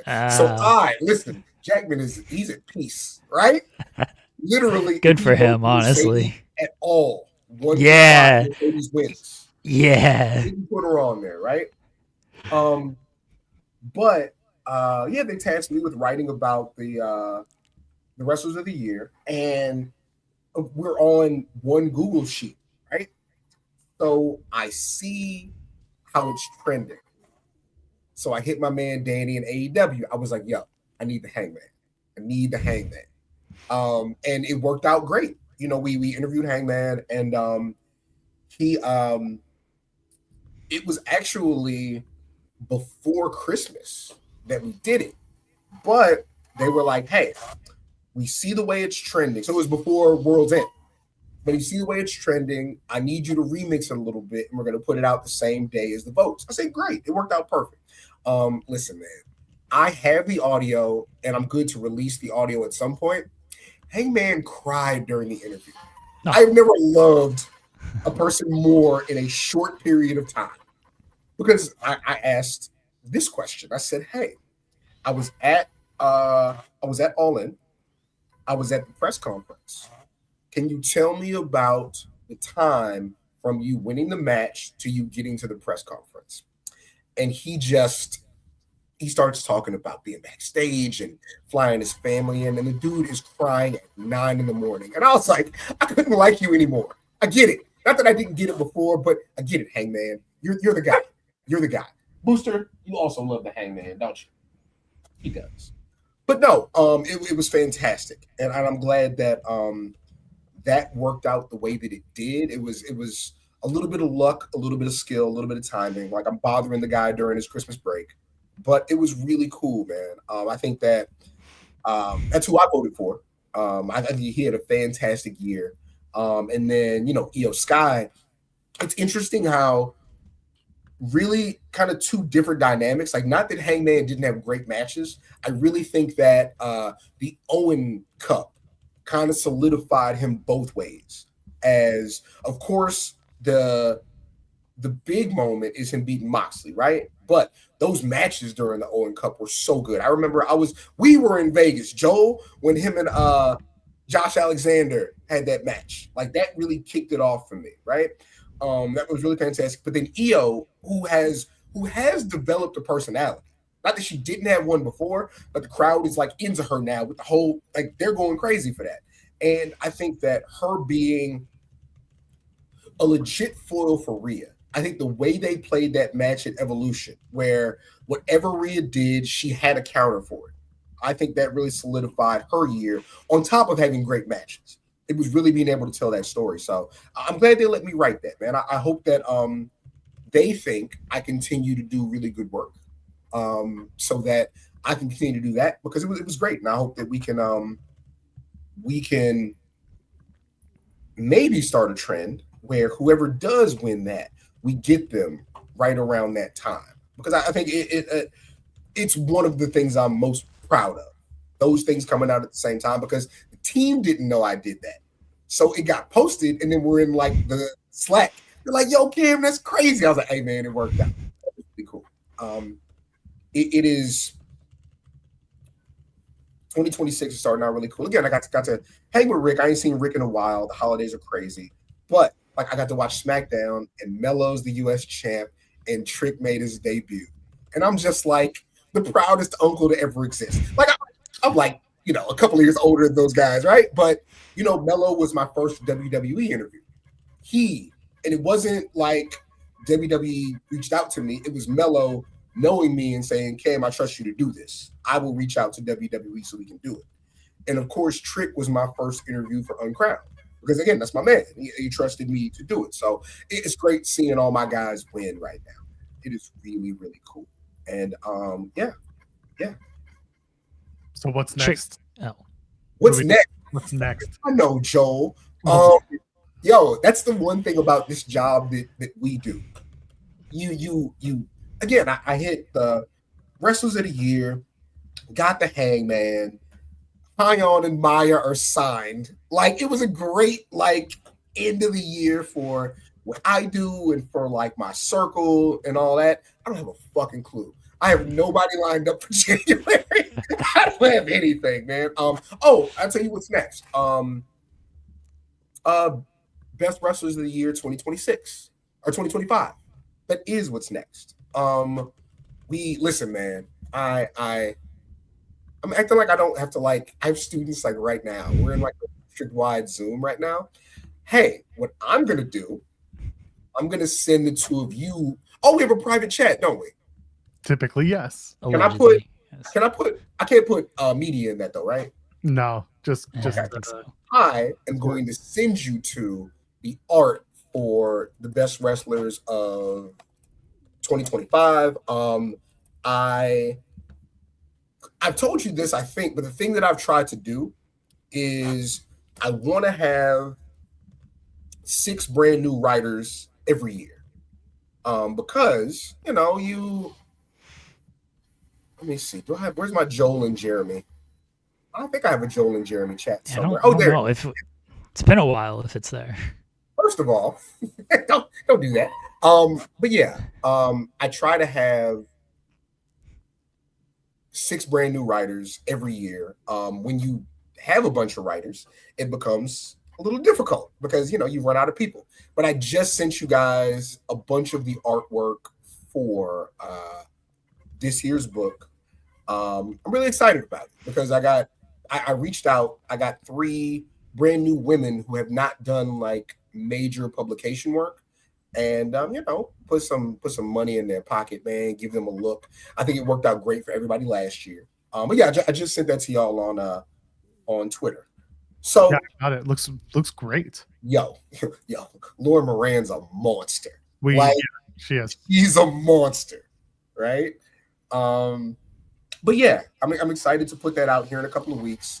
And so there's a thing that I will tell you guys about because remember how I did the thing for Fightful for On Location for WWE? For WrestleMania in LA. I wrote a piece about On Location, all the things that they do. I have been offered an opportunity to do the same thing for another major company that hosts something similar. And I'm doing that in 3 weeks. Who has a big show in 3 weeks? It's not important. TNA. Somebody figure it out. No. It's not important. But yeah. Oh God. It's 3.5 weeks, 4 weeks almost. But yeah. God. I don't know who recommended me. I don't know anything, but they sent me an email. Then I jumped on a Zoom and they were like, "Hey, we want you to come out and cover this thing for us." So I'm doing that. So yeah, fun stuff. But I'm excited about the book. I didn't know if it was going to happen. I've been busy, man. I have a real job now with the writing about the wrestling. Not that it wasn't real before, but now I have deadlines and expectations, and every month I have to do things. And so I didn't know if it was coming, but yeah, man, I think it's going to be really cool. I love the people who want to write. My man, y'all know my man Adam Bernard. So if you know Adam and you look at that graphic, you know exactly who he wanted to write about. And so he's very excited about that. I think that's going to be not controversial. Because again, I saw it and I immediately thought like, But the thing is, if we're going off of again, there's a reason I put the very best wrestlers of. It's a little tongue in cheek, but it's also like whenever somebody asks me what my criteria is, I'm like, who I thought was dope. That's it. There's no, there's not a vote. It's who Cameron thought was dope, and it's also who I think Lauren can draw really well. And the biggest criteria is always who hasn't been on the list, right? So you're not going to have Athena. You're not going to have Cody Rhodes. You're not going to have Gunther. The goal is to have 6 new people every year, right? So yeah, it'll be fun. And again, somebody's going to say something really, really smart to me on Twitter, and I'm going to say, fuck off. And, if they don't buy a copy, they don't buy a copy. I think we did this last year. We'll do it again this year when it comes out of giving away a copy on the show. Yeah. We'll figure out something fun to do for our audience to give that away. We'll give away 6. God damn it! Yeah, it's fun, man. The biggest thing for me, I'm blessed enough at this point to have the money to make these things. So, I made a lot of money on the first one. I made a very good amount of money on the second one. But my thing is, this is all from them paying me way too much money to write about wrestling. So why not do a fun project? And why not give some shit away? So yeah, six sounds great. All right, there we go. There we go. But yeah, let me get back to the job that expects me to be there. I love you guys. Happy New Year, and we'll talk soon. All right. Appreciate you, Cam. Appreciate it, Cam. Later, guys. We'll see you soon. Cam Hawkins. It's almost like a Cam Hawkins. Anyway. I always appreciate when Cam just pops on randomly. This is the first time we've seen him this year. It is. I mean, it's been 5 days, but yes. Yeah, well, that's part of the joke is we haven't seen Cam all year. I'm sure we'll be seeing him plenty. Ryan Lambert. We're gonna give away some copies of the book when it comes out. That's true. So we will be seeing him shortly. Ryan Lambert asks David Finlay and Chase U versus Evil and Dark State feud. That's it, baby. I want Evil to be the leader of Dark State just because it would pop me. I don't really care who else likes it, but he'll call it the state of torture. Yeah. Which would be a little on the nose for that country. Anyway, and then Zach asked, do you think Evil will leave New Japan? And who knows? I don't know, honestly. Because a lot of the Sonata's teasing leaving. He said he's taking a break. He's going elsewhere. He's going to go take a trip, he says. Yeah. In Mexico. He's going to be on CMLL next week. That's what's going to happen. All these people are Naito disciples. So they're all like just kind of acting like they want to do other stuff. But then they might actually leave. I mean, Naito and Bushi actually left. So we'll see. It's not like Sonata is there in New Japan. He was the champion just a few years ago, and now he's a dude who comes out with a light bright on his chest. So I don't know what else he has to do there. Kind of same thing with Evil. Like, I don't know what else Evil's doing in New Japan. There might just be other opportunities for them elsewhere that they want to just do other things for a little bit. I don't think it'd be the worst thing in the world for New Japan and they got some different talent in there. They got to cultivate that talent a little bit, but I don't think it'd be terrible. I do need Evil in NXT though. I just think it'd be hilarious. I think he'd be so good. And maybe like the wrong ways and people wouldn't like it, but I would love it. I don't really care what anybody else likes. Naito and his disciples. It's going to be like Hogan bringing in the disciple.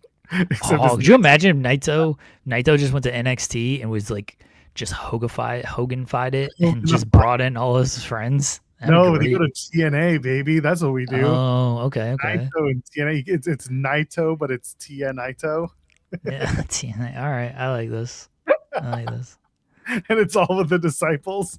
Yeah. But LIJ versus the system.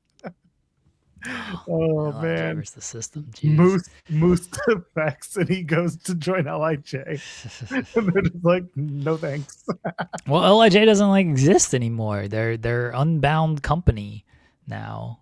Yeah, it's like bad company, but unbound. The photo? Oh, I love the photo from that press conference of them.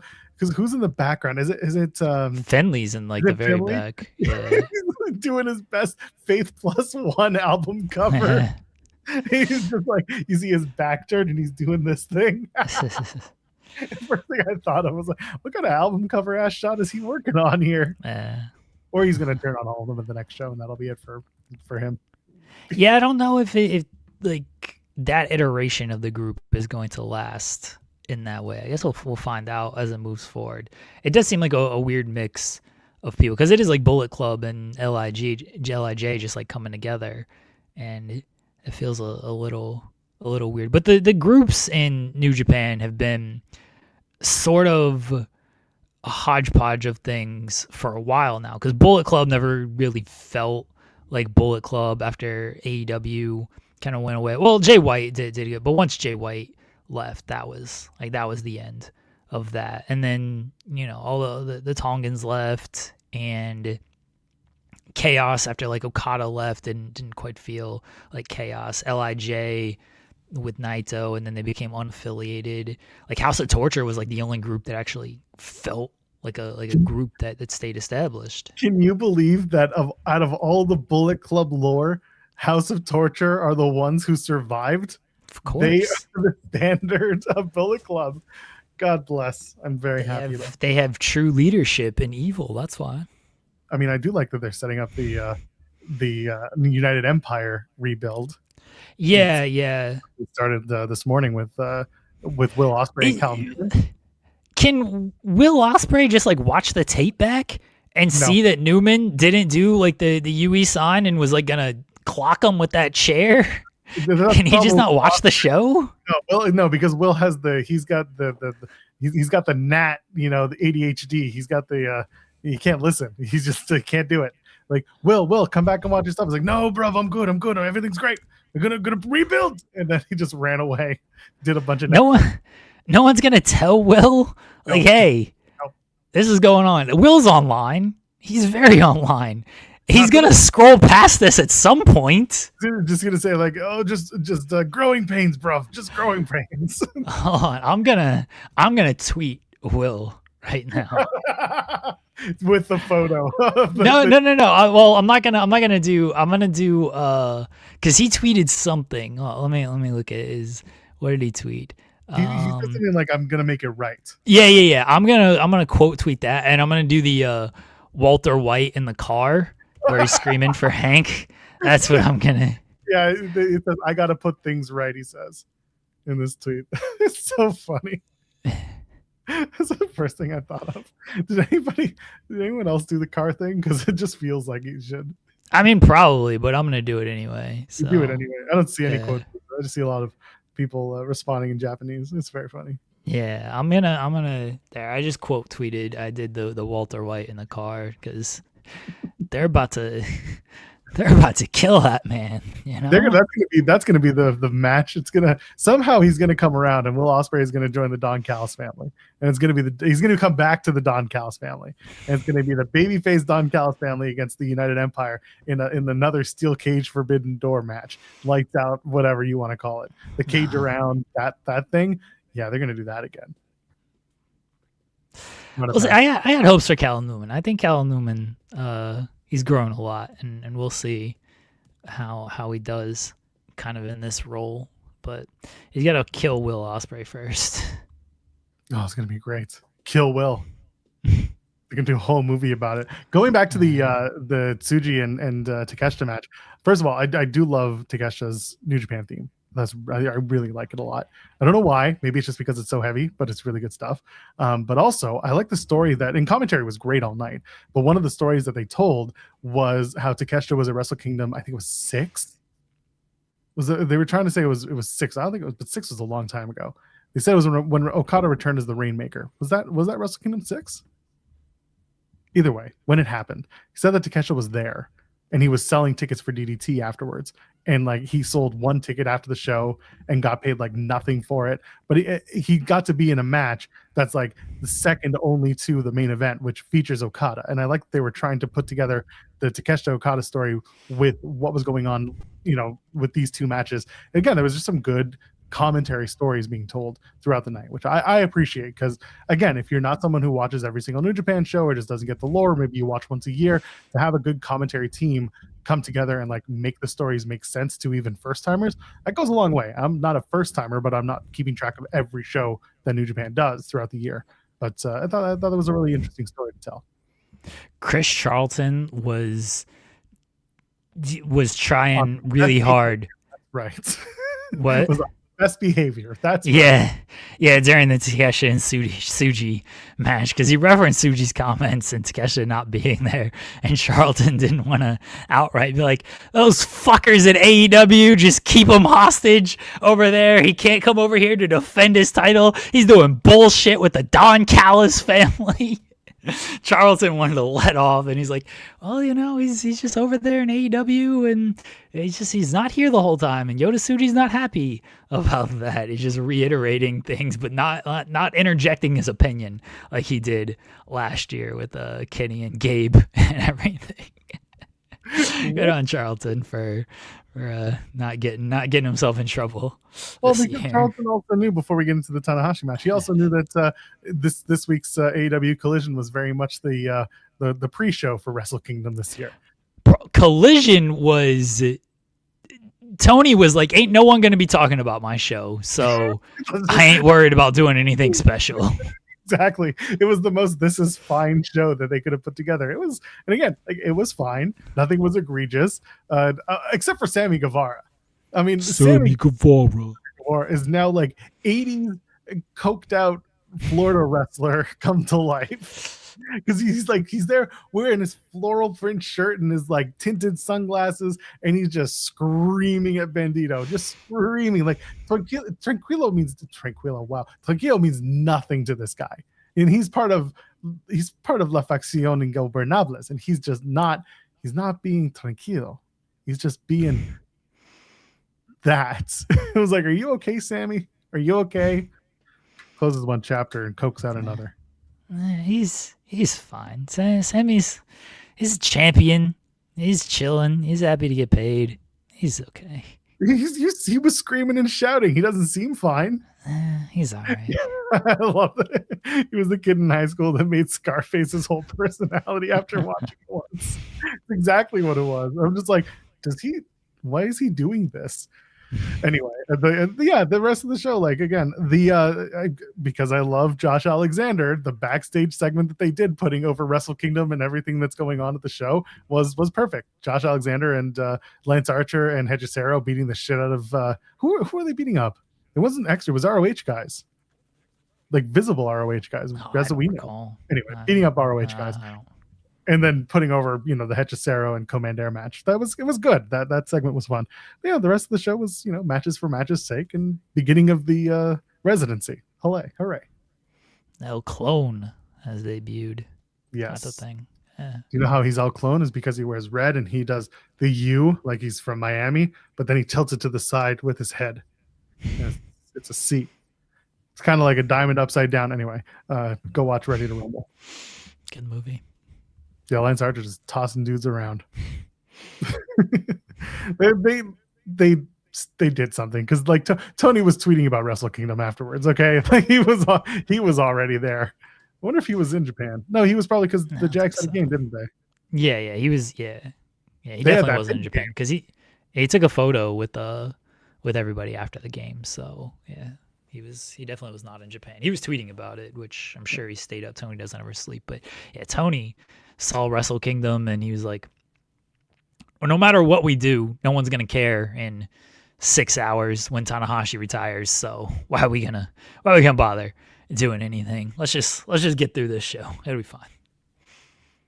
So, hey, listen, if you were there and you had a good time, I hope you did. But it was, not a newsworthy show, but it was a fun show. So yes, Tanahashi and Kazuchika Okada. Okada coming out to his AEW theme, which you and I shit. The crowd was not happy. But that's what it was about, right? But that was the story. Okada was like, no, I'm coming in from AEW. I thought it was good heat to have.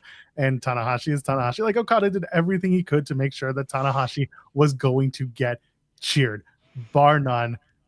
100% the babyface in the match and 100% the babyface of the story. I thought it was really fantastic stuff. He comes out to that new theme that he has, and Tanahashi comes out as the superhero that he is. And the match was really, really friggin' good. It was fantastic. Did the callbacks, did the references to old opponents that Tanahashi has had, and all leading up to Okada using the Rainmaker to finish the story, because before he refused to do anything that was babyface Okada, giving the finger to the crowd, got huge boos, and then all of a sudden he does the Rainmaker pose, the camera pulls out, and it's a huge pull out because they got a lot of people in there. So remember, folks, we got game, always pull out big, and it's the Rainmaker, puts down Tanahashi. And I know you have more to say about the match, but Okada gets the win, and then we can talk about the hella long retirement ceremony and whether or not they did it right, Jeremy, because who could possibly care about who was right or wrong? A lot of people care for some reason. Oh, fuck them. Tell me what you liked about the match, because I really enjoyed the match. I thought it was a lot of fun, and I thought the stories were right in there, and Tanahashi did did it all right, in my opinion, for this match. I mean, I liked everything about this match. I don't know if it's gonna win match of the year. We're literally 4 days at the time this match happened into the year. There's a lot of wrestling to go on into the year. Who knows how the rest of the year is going to play out. Emotionally, it's gonna be tough to beat this match because I don't know if you're going to have an emotional moment on this level. No matter what story you tell. I think AEW did a great job last year with the Hangman and Moxley story, and that was a very emotional moment. John Cena's retirement should have been a more emotional moment, but they did what they did with that. Emotionally, I don't know what gets there with this. Because we're talking about Hiroshi Tanahashi. The biggest star, if not the biggest star in New Japan history, certainly top 3. The biggest babyface. Hiroshi, the fucking ace of the universe. Hiroshi Tanahashi, in his last match against one of his greatest rivals, who played it perfectly, like playing the heel and everything. And Tanahashi is truly like the ultimate babyface. And so when Okada's going to come in here and just play up dickhead Okada, it's going to work even better because the crowd already wants Tanahashi to win. He's Hiroshi Tanahashi. He can get the emotion of the crowd. He can get the crowd to feel every moment better than anybody already. And it's his last match. So that's even heightened on top of that. So when you have a guy who is at his physical worst. He's 49 years old. It's his last match. Everyone knows that this is it for him. He's not at his peak anymore or anything like that. Everyone knows like this is the end. And so he's just out there giving it his all with everything. And Okada just continued to kick the shit out of him and it just being like, no, just go down, dude. I'm so much better than you. I'm still at the top of my game. I'm physically stronger than you. I'm faster. I've always been better than you, but now like it's very evident that I'm better than you. And Okada and Tanahashi's just not going away. All the hope spots where he has his burst and everything, and the crowd just gets into everything. It's like, oh shit, oh he hit that. Oh, can he pull it off here? Emotionally, I just don't know if anything is going to beat this match because I don't know if you're going to get a more emotional moment than Hiroshi Tanahashi's retirement match against Okada. Because if this is no knock on Gabe Kidd, because I think the Tanahashi Gabe Kidd match was really good last year. If this is Gabe Kidd, it's a different emotional story. Right, because then you're looking at the young guy on the come up, trying to put down the old guard and everything. And it's a completely different. It still would have been great, I'm sure, but because it's Okada, there's just so much investment. I know Matt Hardy gets a lot of hate online for some of his opinions nowadays, but Matt Hardy talking about the emotional investment into the Hardys and Dudleys, and like that's what everyone should strive for. And it's like, well, that's because you guys have 20 years of history, 25 years of history. Of course there's a ton of emotional investment in what you guys are doing. So you don't have to go out there and do as much crazy stuff as you used to do. People care because they've been following your careers for 25 years. That's what this is, but on a bigger level, because Tanahashi and Okada are much bigger stars than the Hardys and the Dudleys. We've been following their careers for 25 years. And so when it all culminates with this, I just don't know how you're topping any of this. I just don't. It's one of my favorite matches of all time. As someone who's followed Tanahashi from nearly the beginning and someone who is followed Okada as well, but Tanahashi is legitimately one of my favorite wrestlers, and to see him go like this and give this final performance. John Cena was also one of my favorite wrestlers, and I like that match. I certainly don't love it on the level that I love this Tanahashi Okada match.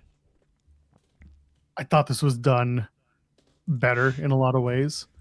Not that John Cena didn't go all out in his last match. I just felt like maybe, you know what it was to me? Maybe it's the fact that Tanahashi spent the entire year wrestling. Like everywhere. Anywhere. He had the most matches of his career in 2025. I don't know if people realize that, but he did more matches in 2025 than he did in any year of his career, which is kind of insane when you think about it. Oh, the build up to this was so much better. And that was always the knock on the Cena retirement as well, is, well, you did all of this and Gunther and Cena should be a big moment, but John Cena just lost to Dominic. John Cena got squashed by Brock Lesnar. What does beating John Cena mean? Well, not only that, it's not only that. It was also Gunther and John Cena didn't do the one thing that John Cena was always known for, and that was a promo. They didn't do anything to knock you into the building. That was it. With Tanahashi, listen, promos are not the huge thing in New Japan. Like they're part of the telling of a story along the way, but what he would do in the ring was always what people were talking about. And he did it. He was out there doing it. And you don't need a promo with the confrontation was all you needed with Okada and Tanahashi. Yeah. And they did talk during the press conferences and everything, and that was very good. I think if you did John Cena and Edge, you could have gotten away with no real promo. You could have gotten away with just like, hey, we got all of this history. You guys know what this is about. Come watch us one last time. And they could have done that there. But with John Cena and Gunther, you kind of needed more of a promo, because the story was, this is John Cena's last match. He wants to give someone an opportunity, and Gunther earned the match. But that's why they did tap out, right? So they could make it be of like, people beat John Cena, but no one, at least for 2 decades, has made John Cena tap out. That's why they did the finish that they did. And you can feel how you want to feel about the finish, but that's a big reason why they did it, is because beating John Cena didn't really mean a whole lot at that point, but tapping him out actually meant something. Yeah, that's fair. Ken asking, he's like, I don't mean to be snarky suggesting this, but do you think Tanahashi being in a leadership role in New Japan helped how it came across? I'd imagine he does what he wants. I think listen, you're a wrestler at the top. Yes, there is absolutely some vanity and some ego there, but I also think that to a certain degree, he deserved it because of the way he's been portrayed, not just in Japanese wrestling, but just in Japanese culture. And as a result, like, things go over the top in Japan. Like, that is something that I don't know if people are really as clued into. And this is one of those things that it was so over the top. And when we talk about the actual ceremony, well, like, there were certain things that were just like, come on, like, seriously? But also you can't help but laugh because that is just the culture. And for him to go over the top, that was always Tanahashi. The air guitar, the pageantry, the ridiculousness of the character. That's Tanahashi. So for me, watching it, I was like, no, this is pretty much what I expect. And it's not an ego thing in that case. It's just a goodbye because this is what everyone wanted to see. I don't know if you have anything to add to that. Well, he got the send-off that he deserved when it came to the post-match stuff. The match, I feel like I've said enough about the match. If you haven't seen it, I don't know why you're watching this show. Worth going out of your way to watch. Yeah, it's worth it. If you don't have like the emotional investment into Tanahashi and Okada, then I can understand, like, if you're not like in love with the match. At the same time, like, I don't know how you can not love the match just based on the guys in the ring and the story that they tell. Like, you literally have to know nothing about Okada and Tanahashi to watch that match and be like, yeah, I don't fully get it. And even then, I still think you'd be like, oh, fuck, you know what? That was still something special. Even if you know literally nothing about these guys. This is something that I was talking about earlier with Charlton and Walker Stewart, was that those two guys invested even a brand new watcher in New Japan. One of the critiques about Okada and AEW that I had heard from people who didn't watch Okada in New Japan was that they would continuously bring up Okada as being this, tournament wrestler, best ever, blah, blah, blah. But the Okada AEW presentation was very rarely that guy who performed the way he did years ago. Now's your opportunity to go out of your way to see a match that has that guy, and he's under an AEW quote unquote mantle. So you get the real Okada AEW, but also Okada in New Japan style match. So you get everything there. So again, if you go out of your way to watch it, I think this is a match that even first timers will get invested in, or at least really enjoy, given the stories that they told and the explanation of why those stories were important. The post match was exactly, well, in some ways, yes. Yes. Was exactly what it needed to be, because this is how they do things in Japan. They get honored. They have people from the past come out and everything. It's very funny that like a bunch of people got entrances, and Naito got 5 entrances, and everyone came out and they gave him flowers, and certain people said some words and everything, and like it was great. It was everyone except for one person, unfortunately, from Tanahashi's past who had some type of connection with him, honoring him in his last match. And it was exactly what it needed to be. They do things differently in Japan. I'm not saying WWE did, because I know this is a discussion. I'm not saying they did it wrong with John Cena. That was hilarious that Triple H had to come out and like stand in the ring and do all this bullshit and show a video package, and they give him the 2 titles that one of which he's never won before, and it's like, hey, hold these up type of things. Like WWE felt like they were trying to just like manufacture something with that, and like, it didn't feel super genuine, while this felt every bit of real, of how they do things in Japan. So I thought it was great. I was surprised to see Jay White there. That one was I was like, oh, okay, that makes sense, obviously, but I was like, oh, Jay's there. That's cool. Kenny and Ospreay were advertised, so that wasn't too surprising. Ibushi Coda, that was you felt for that man, but also you have to respect the insanity that this guy is doing. He comes out and he's limping, and he is doing, like you said, they did full entrances. And Coda, he had surgery on his femur, and that's a bone that keeps your leg up, that keeps you up, and he is walking down that ramp, and every time they got to a slope, he's like, oh shit, I don't know if I can do this. And Kenny's just like, yes you can, stop being dramatic, come on. It was like 2 old men just like egging each other on. You can do it, come on. And Coda makes his way to the ring. Kenny and Coda together, and it was really amazing to see. And at the same time, you're like, Kota Ibushi, you mad idiots. But it was you can't take that away from him. You mentioned people coming down. Katsuyori Shibata comes down, and I loved this. He takes off his shirt. He's coming out. He's doing the wrestler thing. He comes out, his ears plugged. He comes out, and then they start doing the chops and a little lock up, and they hug. And again, commentary mentioned like this is the most emotion we've seen out of Shibata in forever, and I thought it was really sweet watching those two just have their moments, Shibata and Tanahashi. And they brought out Keiji Muto, who was sitting front row in a suit, ready to go. Tatsumi Fujinami was there, and they made reference to Fujinami being the New Japan president when Tana joined New Japan. And of course, now Tanahashi is the president of New Japan Pro Wrestling, so there's the connection there. And then at the very end, they start playing Tetsuya Naito's music once, and then his new music, and they keep going back to Tanahashi, and he's just doing this the whole time, just pointing to his wrist, like, come on. And eventually Naito comes out. They got the GHC, the tag titles that they won over Noah on New Year's Day, which I wonder if maybe there was a discussion like, are we allowed to do this, or can we do this? Maybe it was part of the deal. But Naito comes out with who was he with? Bushi, thank you. Had a block for a moment. And it took forever to get down there, but he eventually made his way down there.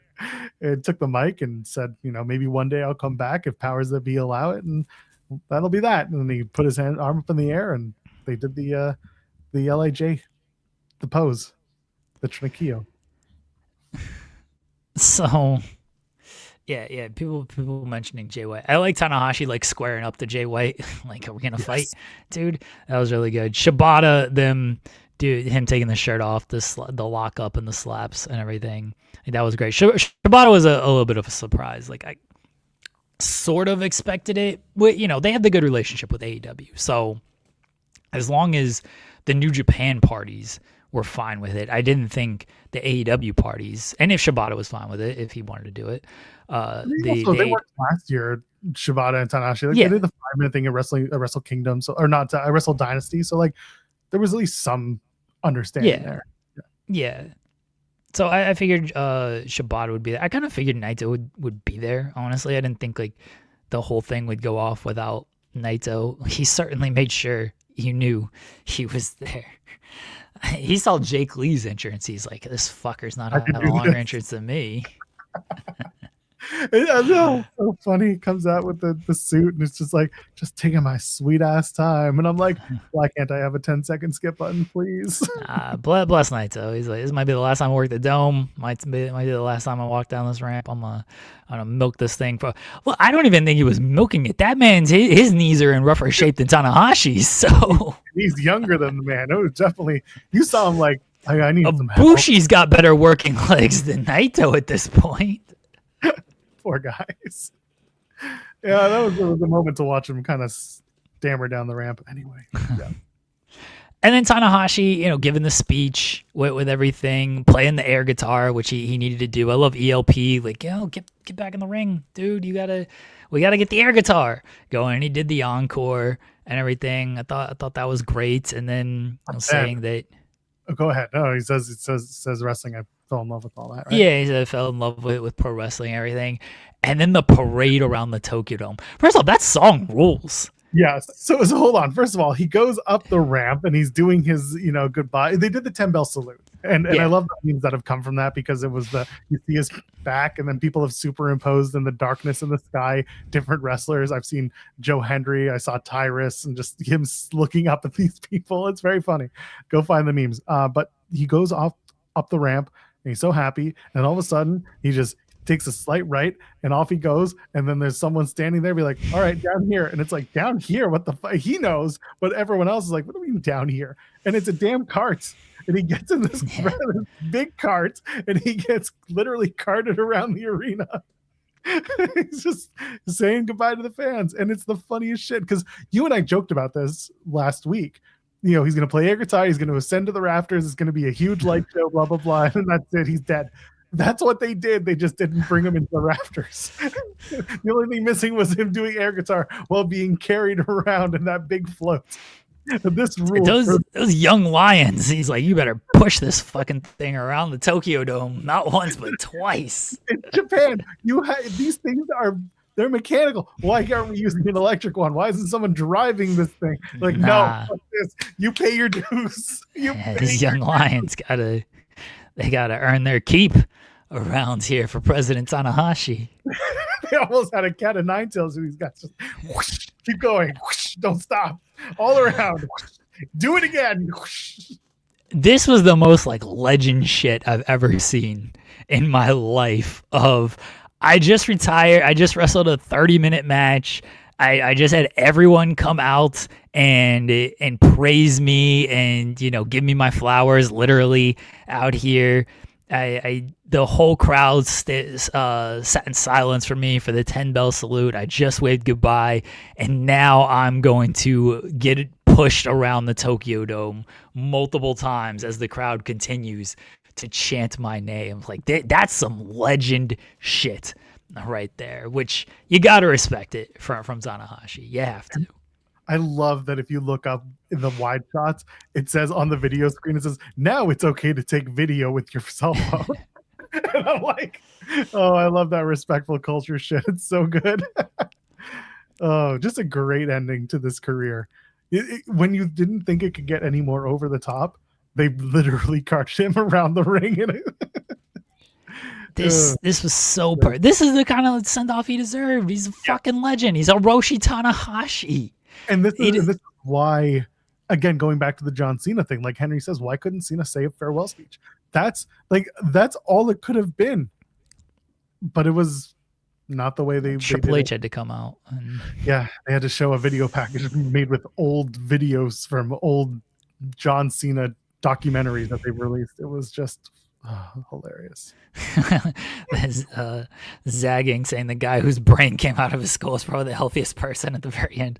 I'm running through and I'm like, yeah, that's kind of true actually right now. Osprey's neck is busted. Jay's been out for 8 months. Kenny's pretty banged up. Kota's got no femur. Naito's got no knees. Muto and Fujinami are both very old. Fujinami has the best theme in all of wrestling. The Saturday Night Live theme for Fujinami, just the best. Bushi might have them all. Bushi didn't get in the ring and do a big thing, but yeah, Bushi might have them beat. But otherwise, yeah, it might be. It might actually be Shibata who is the healthiest out of these guys.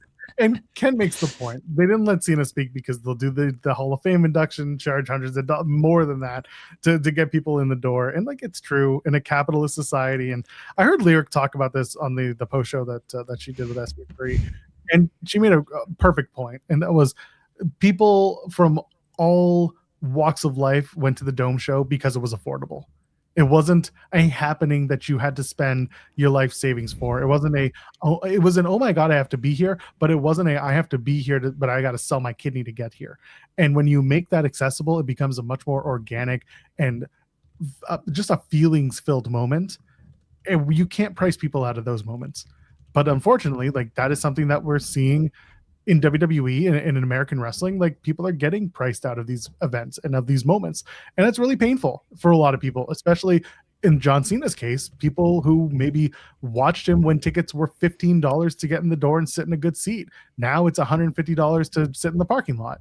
It's very frustrating. So for this to have affordable tickets for a big show, and you filled it up with 50,000 plus fans who were really there to show support, be respectful, and show their love for someone that they followed for so many years in Japanese wrestling and culture, that means something. And that's how wrestling should be. That's how entertainment should be. It should be accessible when it can be. This was one of those moments where it can be, and it should have been. It was not only accessible compared to the Cena thing, but it was just presented as grander than the Cena stuff as well. This whole show was built around, one, it's Wrestle Kingdom. It's already the biggest New Japan show of the year, right? It doesn't get any bigger than Wrestle Kingdom for the company. It's in the Tokyo Dome. It's in the Tokyo Dome. And so again, that speaks to the grandiose nature of the show. And then it was just completely built around Tanahashi's retirement.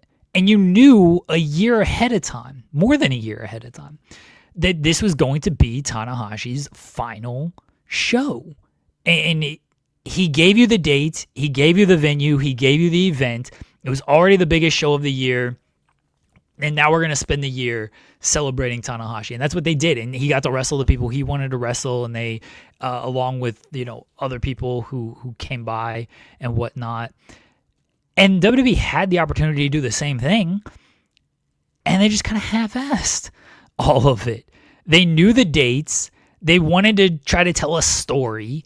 And in trying to tell a story, they bungled things up because Travis Scott didn't like wrestling and The Rock wanted to fade into the background.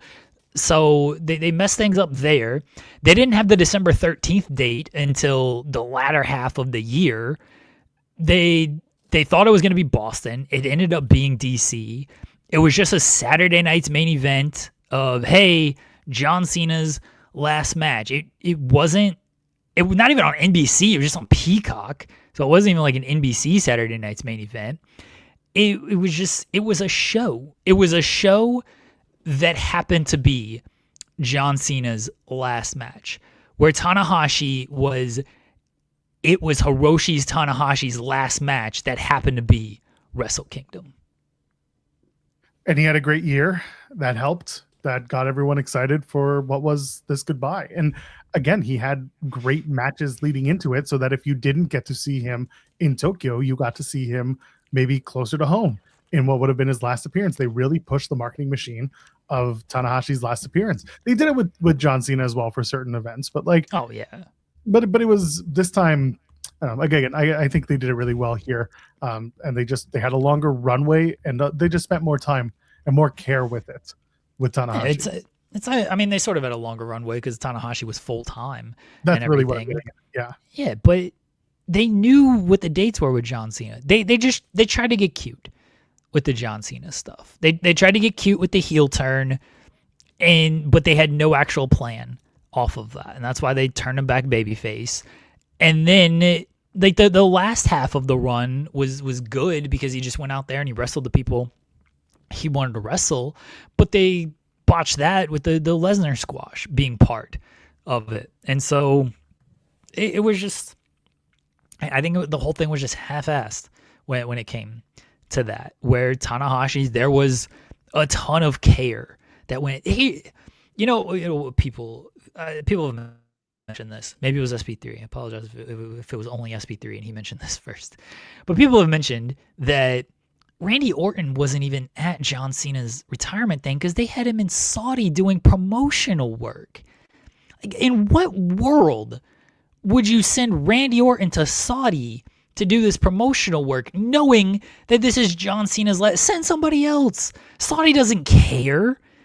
Send whoever over there. Send someone who has no attachment to John Cena, and you can live without John Cena, without this person being a John Cena. You're sending Randy Orton, the guy who has the biggest rivalry of all time with Cena. Edge would be the exception, but Edge isn't with the company. So the guy who's on the roster who has the biggest rivalry of all time with Cena, and you don't even have him there for the retirement stuff. You have Cody and Punk, who like makes sense on different levels, and they're the champions, and it's fine. But like, Randy Orton's not there at all for this thing. It's just they didn't have any care when it went into that. Where Tanahashi, they made sure everyone was there outside of the people who could not be there because what's that? Person, really. Well, yeah, I mean, I'm sure like AJ Styles and Finn Balor, if they could have been there, they would have been there. But yes, the biggest person was obviously Nakamura, who we don't know fully why he wasn't there. He said that he did everything in his power to be there.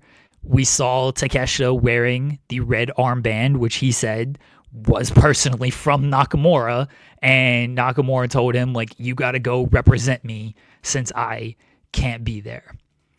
Draw your own conclusions as to why he was not there. And if the conclusion is what we all think it is, I just think it's complete bullshit on the company's part, because the only people you're hurting are your own talent, because you don't look good from the perspective of Nakamura of like, I can't go and see my friend and be there for his last match. I don't think that looks good. And I think you're hurting the fans. Like, you want to talk about like, oh, we love the fans, we want to put smiles on faces. Like, you're robbing the fans of a real great moment here. You're not giving any extra attention to New Japan. The New Japan, it's Hiroshi Tanahashi's retirement, man. Everybody's watching this thing already. They know what's going on. Like, if anything, what? Could have sent a video. Yeah. Well, they didn't like play any videos or anything, so I don't even know if that was a thing of like, hey, send in your videos, and so we can play this. I have no idea. But like, you can actually gain some good public perception here of like, oh, hey, WWE sent Nakamura, like they let him go. That's cool. It's a shame that like it has to be some type of public perception game and isn't just like, well, yeah, of course they let him go. He's a talent who can make his own decisions and do his own things. Why wouldn't he be allowed to go do this? It's just, it sucked that Nakamura wasn't there. It didn't take away from the ceremony, mind you. Like, yeah, that was still all great, but it was very noticeable that he was not there. And now it becomes a discussion point that he was not there. And the people who look bad in this is WWE. And they didn't have to. They could have just sent him there. It would have been fine. What do you have to lose? Well, you see, the thing is about putting smiles on people's faces. They're not putting smiles on the fans of the WWE fan faces by doing that. They can't make money off of it, and that's exactly why. what it is. Yeah, they can't. That's what's really stupid about it. Like, yeah, Nakamura would have gotten a huge pop because he has not been back in a New Japan ring since he left. Like, there's opportunity, and it just wasn't. Again, goodwill is something that is completely hemorrhaging from WWE right now. That 2023 goodwill, very quickly spent in 24, and then 25 is over. Did New Japan ask? Listen, reporting was when the opponents, there was the pipe dream, quote unquote, about Nakamura being the guy, but it was never going to happen. This isn't even did New Japan ask. Tanahashi said they talked about it. Tanahashi himself said they talked about Nakamura. They talked with Nakamura about being the last opponent. Nakamura himself said, I tried to do everything I could to be there. So conversations based on the words of Hiroshi Tanahashi and Shinsuke Nakamura were certainly had. Because I don't think Nakamura is saying, I did everything I could, and it turns out like, well, I did everything I could except actually ask the company if I could go. Because then you're not really doing everything you can. You at least got to ask. So, yeah, I think New Japan asked. I think Nakamura asked, and he wasn't there. They had him there for that 2-second backstage promo on SmackDown. He was there with Tama Tonga. And that was like, it felt like old business. He was called old business. That was just like, why do you need him for that? You can't just film. You can't do that later. This is actually going to lead to something. Probably not. But it's just a shame that Nakamura wasn't able to be there. And it's a shame that it is such a talking point because it doesn't need to be. We could be saying like, hey, good on WWE for doing this. Good on AEW for doing this. Like, wrestling came together for Hiroshi Tanahashi. Good. Like, if anybody can bring wrestling together, it's Hiroshi Tanahashi. But not even Hiroshi Tanahashi can do it, apparently. He should have been there. Flat out. Should have been there. There was a history there, and there was a want there. But here we are. Anything else you want to add from Wrestle Kingdom and this weekend from that? Wrestle Kingdom was a great show. I mean, the last half. The last half was great. I don't know what's gonna top Tanahashi and Okada. I'm sure there will be better in-ring matches that top it, but from an emotional standpoint, combined with the in-ring work, you're not. I don't see how you're going to beat that match. I don't want people to like use this as, oh, see, you don't need to do a million flips to have a great match. You just got to go out there and tell a story and get the crowd invested and everything. Because much like the Hardys and the Dudleys, you got 25 years of investment with Hiroshi Tanahashi. You got 20 years of investment with Tanahashi and Okada. Yeah, it's easy for the crowd to care about that kind of stuff. And that stuff only comes along once in a blue moon. Certainly to this level. Like, I mean, I don't know if it ever comes along to this level. Maybe if they did John Cena and the Rock thrice in a lifetime, it could have worked. But it just does not happen almost ever. So to see it all come together like this, for them to go out there and perform the match that they did, that was something special. Well, we'll see tonight if they try to top it, because WWE Raw is at the Barclays Center, live from the Upside Down. The Stranger Things. Real quickly. Sorry. Sure. So Zeno, I was just saying, I know about being the last opponent. I'm talking about the appearance. Like, did they reapproach WWE and they said no, or did New Japan figure it was a dead deal? I'll say this again.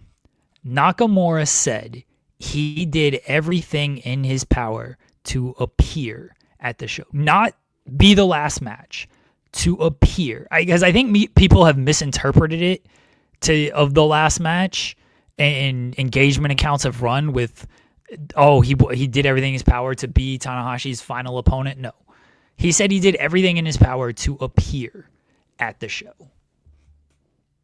Yeah. Raw tonight is at the Barclays Center. Will Shinsuke Nakamura be on the card? Currently, he is not, but you never know. If you're in Brooklyn and you see him, tell him you should have been in Tokyo this weekend. I don't know. Is Liv Morgan versus Lyra Valkyria? Is that still happening? Yeah, why wouldn't it? I don't know. It's not being promoted places that I'm looking, so it's not on .com. But I know it was part of the Adam Pearce thing, and they promoted it on SmackDown. Yeah, it was announced on SmackDown. All right. Well, I just I don't see it on Raw, but it could be very much happening. Regardless, that's a match. That's a match. Okay. Right. Okay. The Women's Intercontinental Championship, Maxine Dupree goes up against Becky Lynch once again, because much like the U.S. title, we can only do two different kinds of matches with the champs. Is this the return of AJ Lee, or Becky wins and we just let her have some heat for a little while? What do you think? Or is Maxine going to pull out a big one?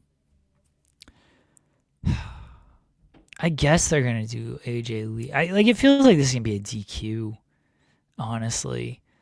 You know they can't go a full show without doing it. Yeah. Well, not necessarily. Not necessarily. They could do a DQ because AJ gets involved. I'm not saying like AJ like has to interfere, but like Becky goes after AJ and it's like a count out or something like that. And then Becky is just like, I got to handle AJ Lee and then I'll worry about Moody Maxine. And she continues to, you know, do her thing as she does. And she complains about AJ being there and once again like costing her. So this just feels like a no contest to me. You know they're gonna do one on this show, and it feels like this is the match. Well, might not be, because the women's tag team titles are on the line. The Kabuki Warriors are taking on Rhea Ripley and Io Sky. And given what happened on SmackDown, the whole "we want next shot" from Charlexa after that whole interaction where Rhea and Io won the 8-woman tag, that's possible that they'll do a no finish. Nah, I think Rhea and Io are winning. I think I'm gonna do one title change on this show, and I think this is it. Okay, so you're saying that the World Heavyweight title match between Punk and Braun ends with CM Punk being the victor once again on a Netflix debut / anniversary show?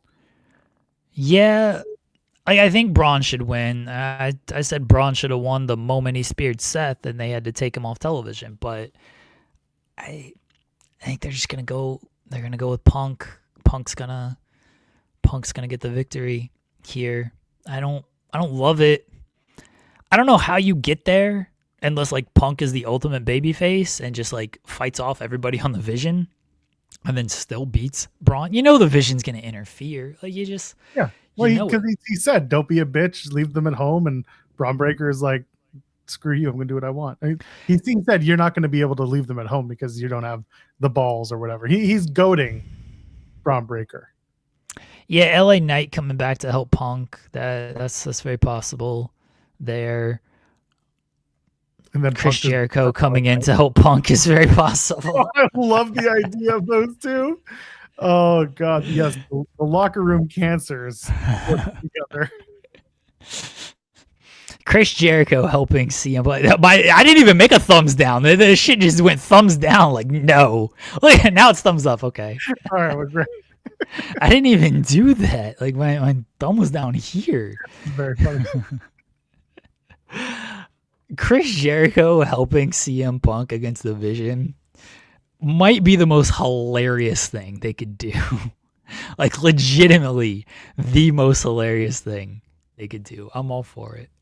I mean, they could just do Punk wins and then Jericho, you know, the countdown happens and then Jericho comes out to confront Punk and like that sucks. It does suck, but that's kind of what I've been I don't think at this point.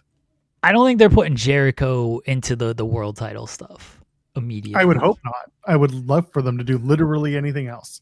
Go after Shinsuke Nakamura. Where's Dom on this show? Well, Dom's hurt right now. Shit. Yeah. The good news is they're not expecting surgery, so the hope is that he's back for Saudi for the Rumble. All right. Well, Jericho ain't wrestling anytime soon. He probably ain't wrestling till the Rumble either. Definitely not, unless they do a huge thing in Toronto and want to make a statement. But I doubt it because that's the week going into Saudi. Yeah, a Judgment Day in-ring segment feels like the return of Chris Jericho. Judgment Jericho. The Jericho Day. Yes, Jericho Day is perfect. And then the New Day join him too. And it's just this big group. Yeah, the Judgment Tree Day. Oh, man. Everyone comes to join Jericho Appreciation Society 2.0, the Learning Tree. Yeah, Featuring the list.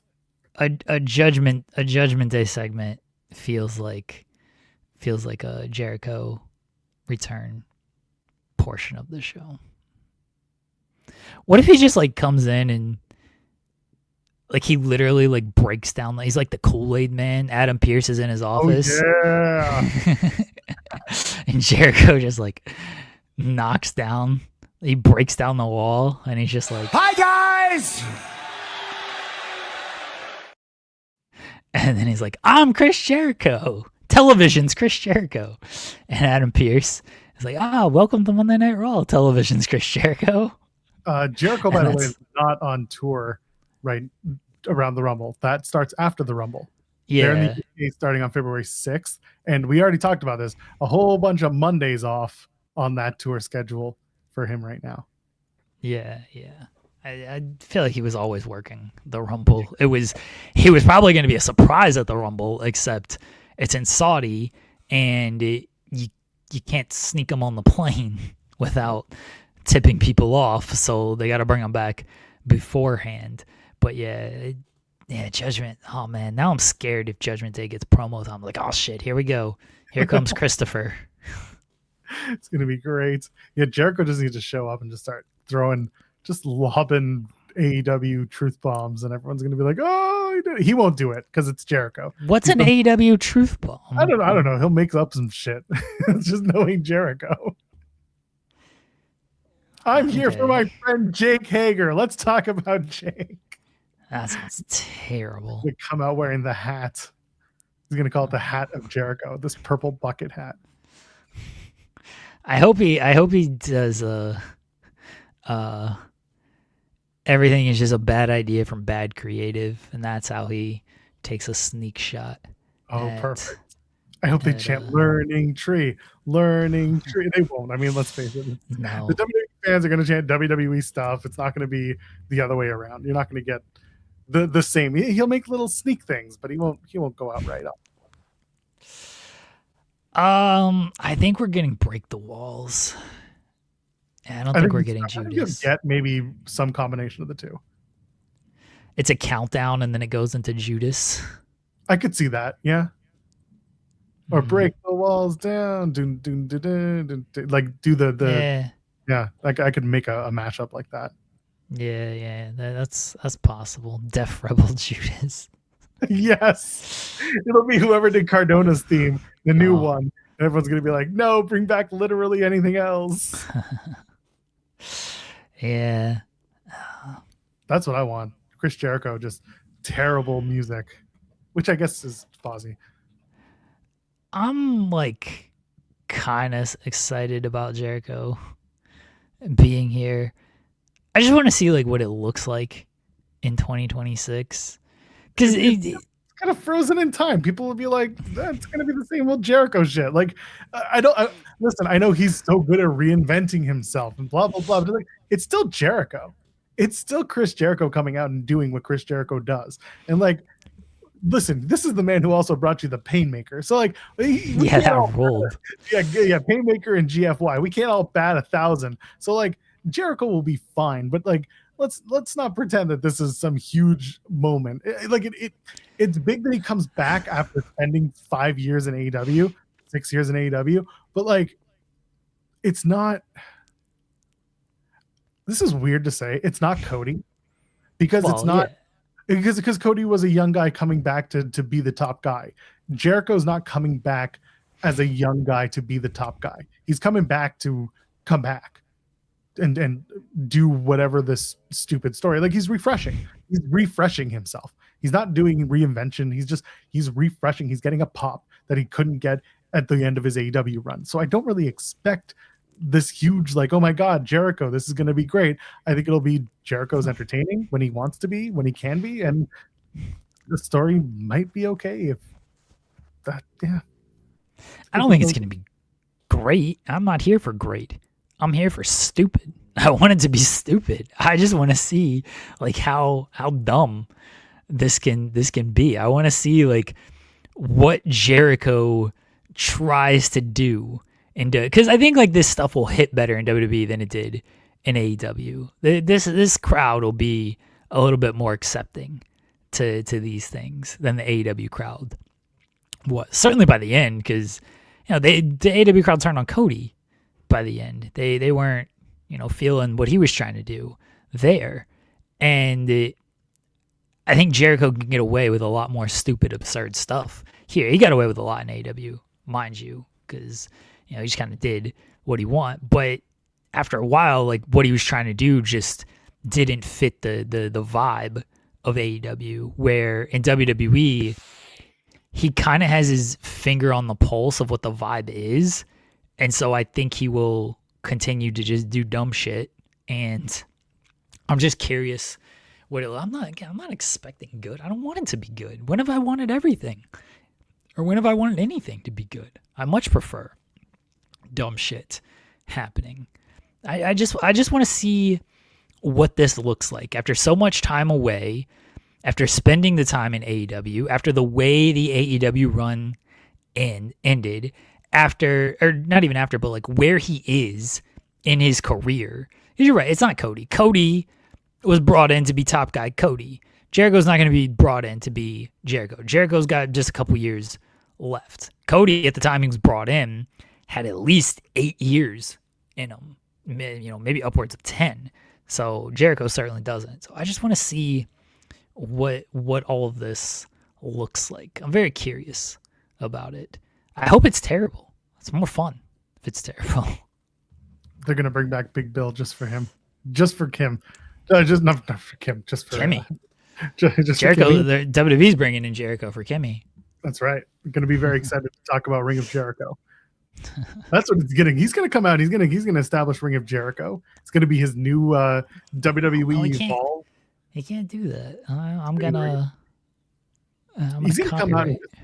He's gonna come out and he's gonna say, welcome to Raw is Jericho, and I have 2 words for you, Joe Hendry. And then Joe Hendry's going to come out, and he's just going to beat the shit out of Joe Hendry for 3 minutes, and then he'll have a match with Joe Hendry. It'll go 3 more minutes. Jericho will win, and Joe Hendry will talk about how amazing it is that he got the opportunity to face off against Chris Jericho. Jericho confronting Gunther is possible. I can sure. I see that, but I also don't think like Jericho just wants to come in and get his ass beat immediately. And I also, yeah. But he also like shouldn't get like any type of up on Gunther. Gunther should just beat his ass like the entire time. So that's why I'm just not sure if that's going to happen. I mean, if Jericho comes in and like tries to talk shit to Gunther and Gunther just smacks the shit out of him, that'd rule.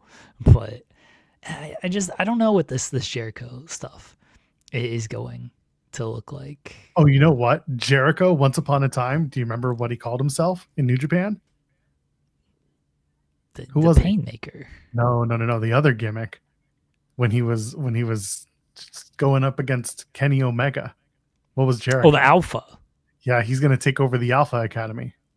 Oh, okay. Jericho, Otis, and Kira Tozawa with Maxine Dupree. That would actually roll.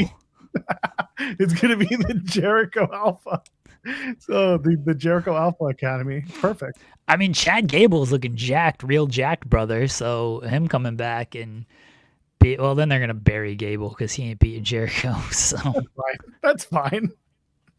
It's going to be the Alpha Academy featuring Chris Jericho. I'm actually okay with Jericho, Otis, Tozawa, and Maxine. I actually think that's a hilarious group. I'm okay. I'm okay with that. I like that. The Alpha Appreciation Society. If only we could have made it the Alpha like Supreme Society. Man, he's gonna like try to team with Javon Evans. He's not gonna. Oh yeah, he doesn't want that. He can't keep up with that. Yeah, he doesn't want to wrestle Javon. He's gonna see this dude and be like, "I see a lot of potential in you, kid. All you got to do is listen to me." And then it might turn into a feud. It's the Miz and Carmelo all over again, and that's just what they're gonna do with him. I put a Daddy Cashew saying El Grande Jericano. I've had that one in the can forever. Yeah. We talked about that on the show. El Grande Jericano. It's happening. That'll be his big AAA deal. Yeah. Joel has been pushing that one for a while.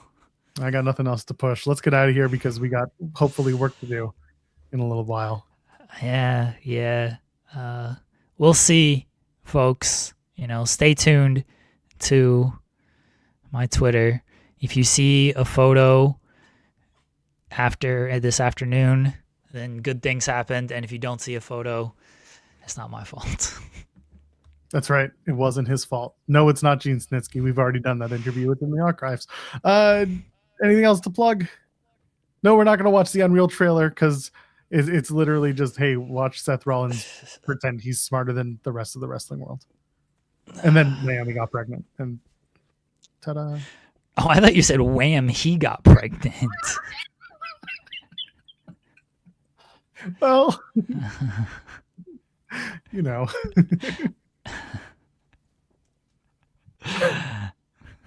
I don't care about the Unreal. I saw that Naomi was like, we walked out and it was for a lot of reasons. And like, they ain't going to say shit about that. They're trying to tease, but they ain't saying shit about that. Oh, I wish we were interviewing Max. No, it's not Max. I will say this, no one guessed it. So yeah, no one's got it. There you go. If we interviewed Max, no one got we it. would just have a long conversation about his bar mitzvah. It's all Max now would talk about, just his bar mitzvah, his Jewish upbringing. We just go ham on Yiddishkeit. That's all. Anyway, but go watch whatever you're gonna watch. Jeremy, anything to plug before we get out of here?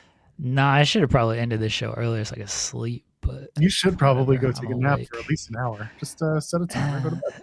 No, I can't. Like an hour just pisses me off. It's fine. Especially 3 hours. God, that'd be bad.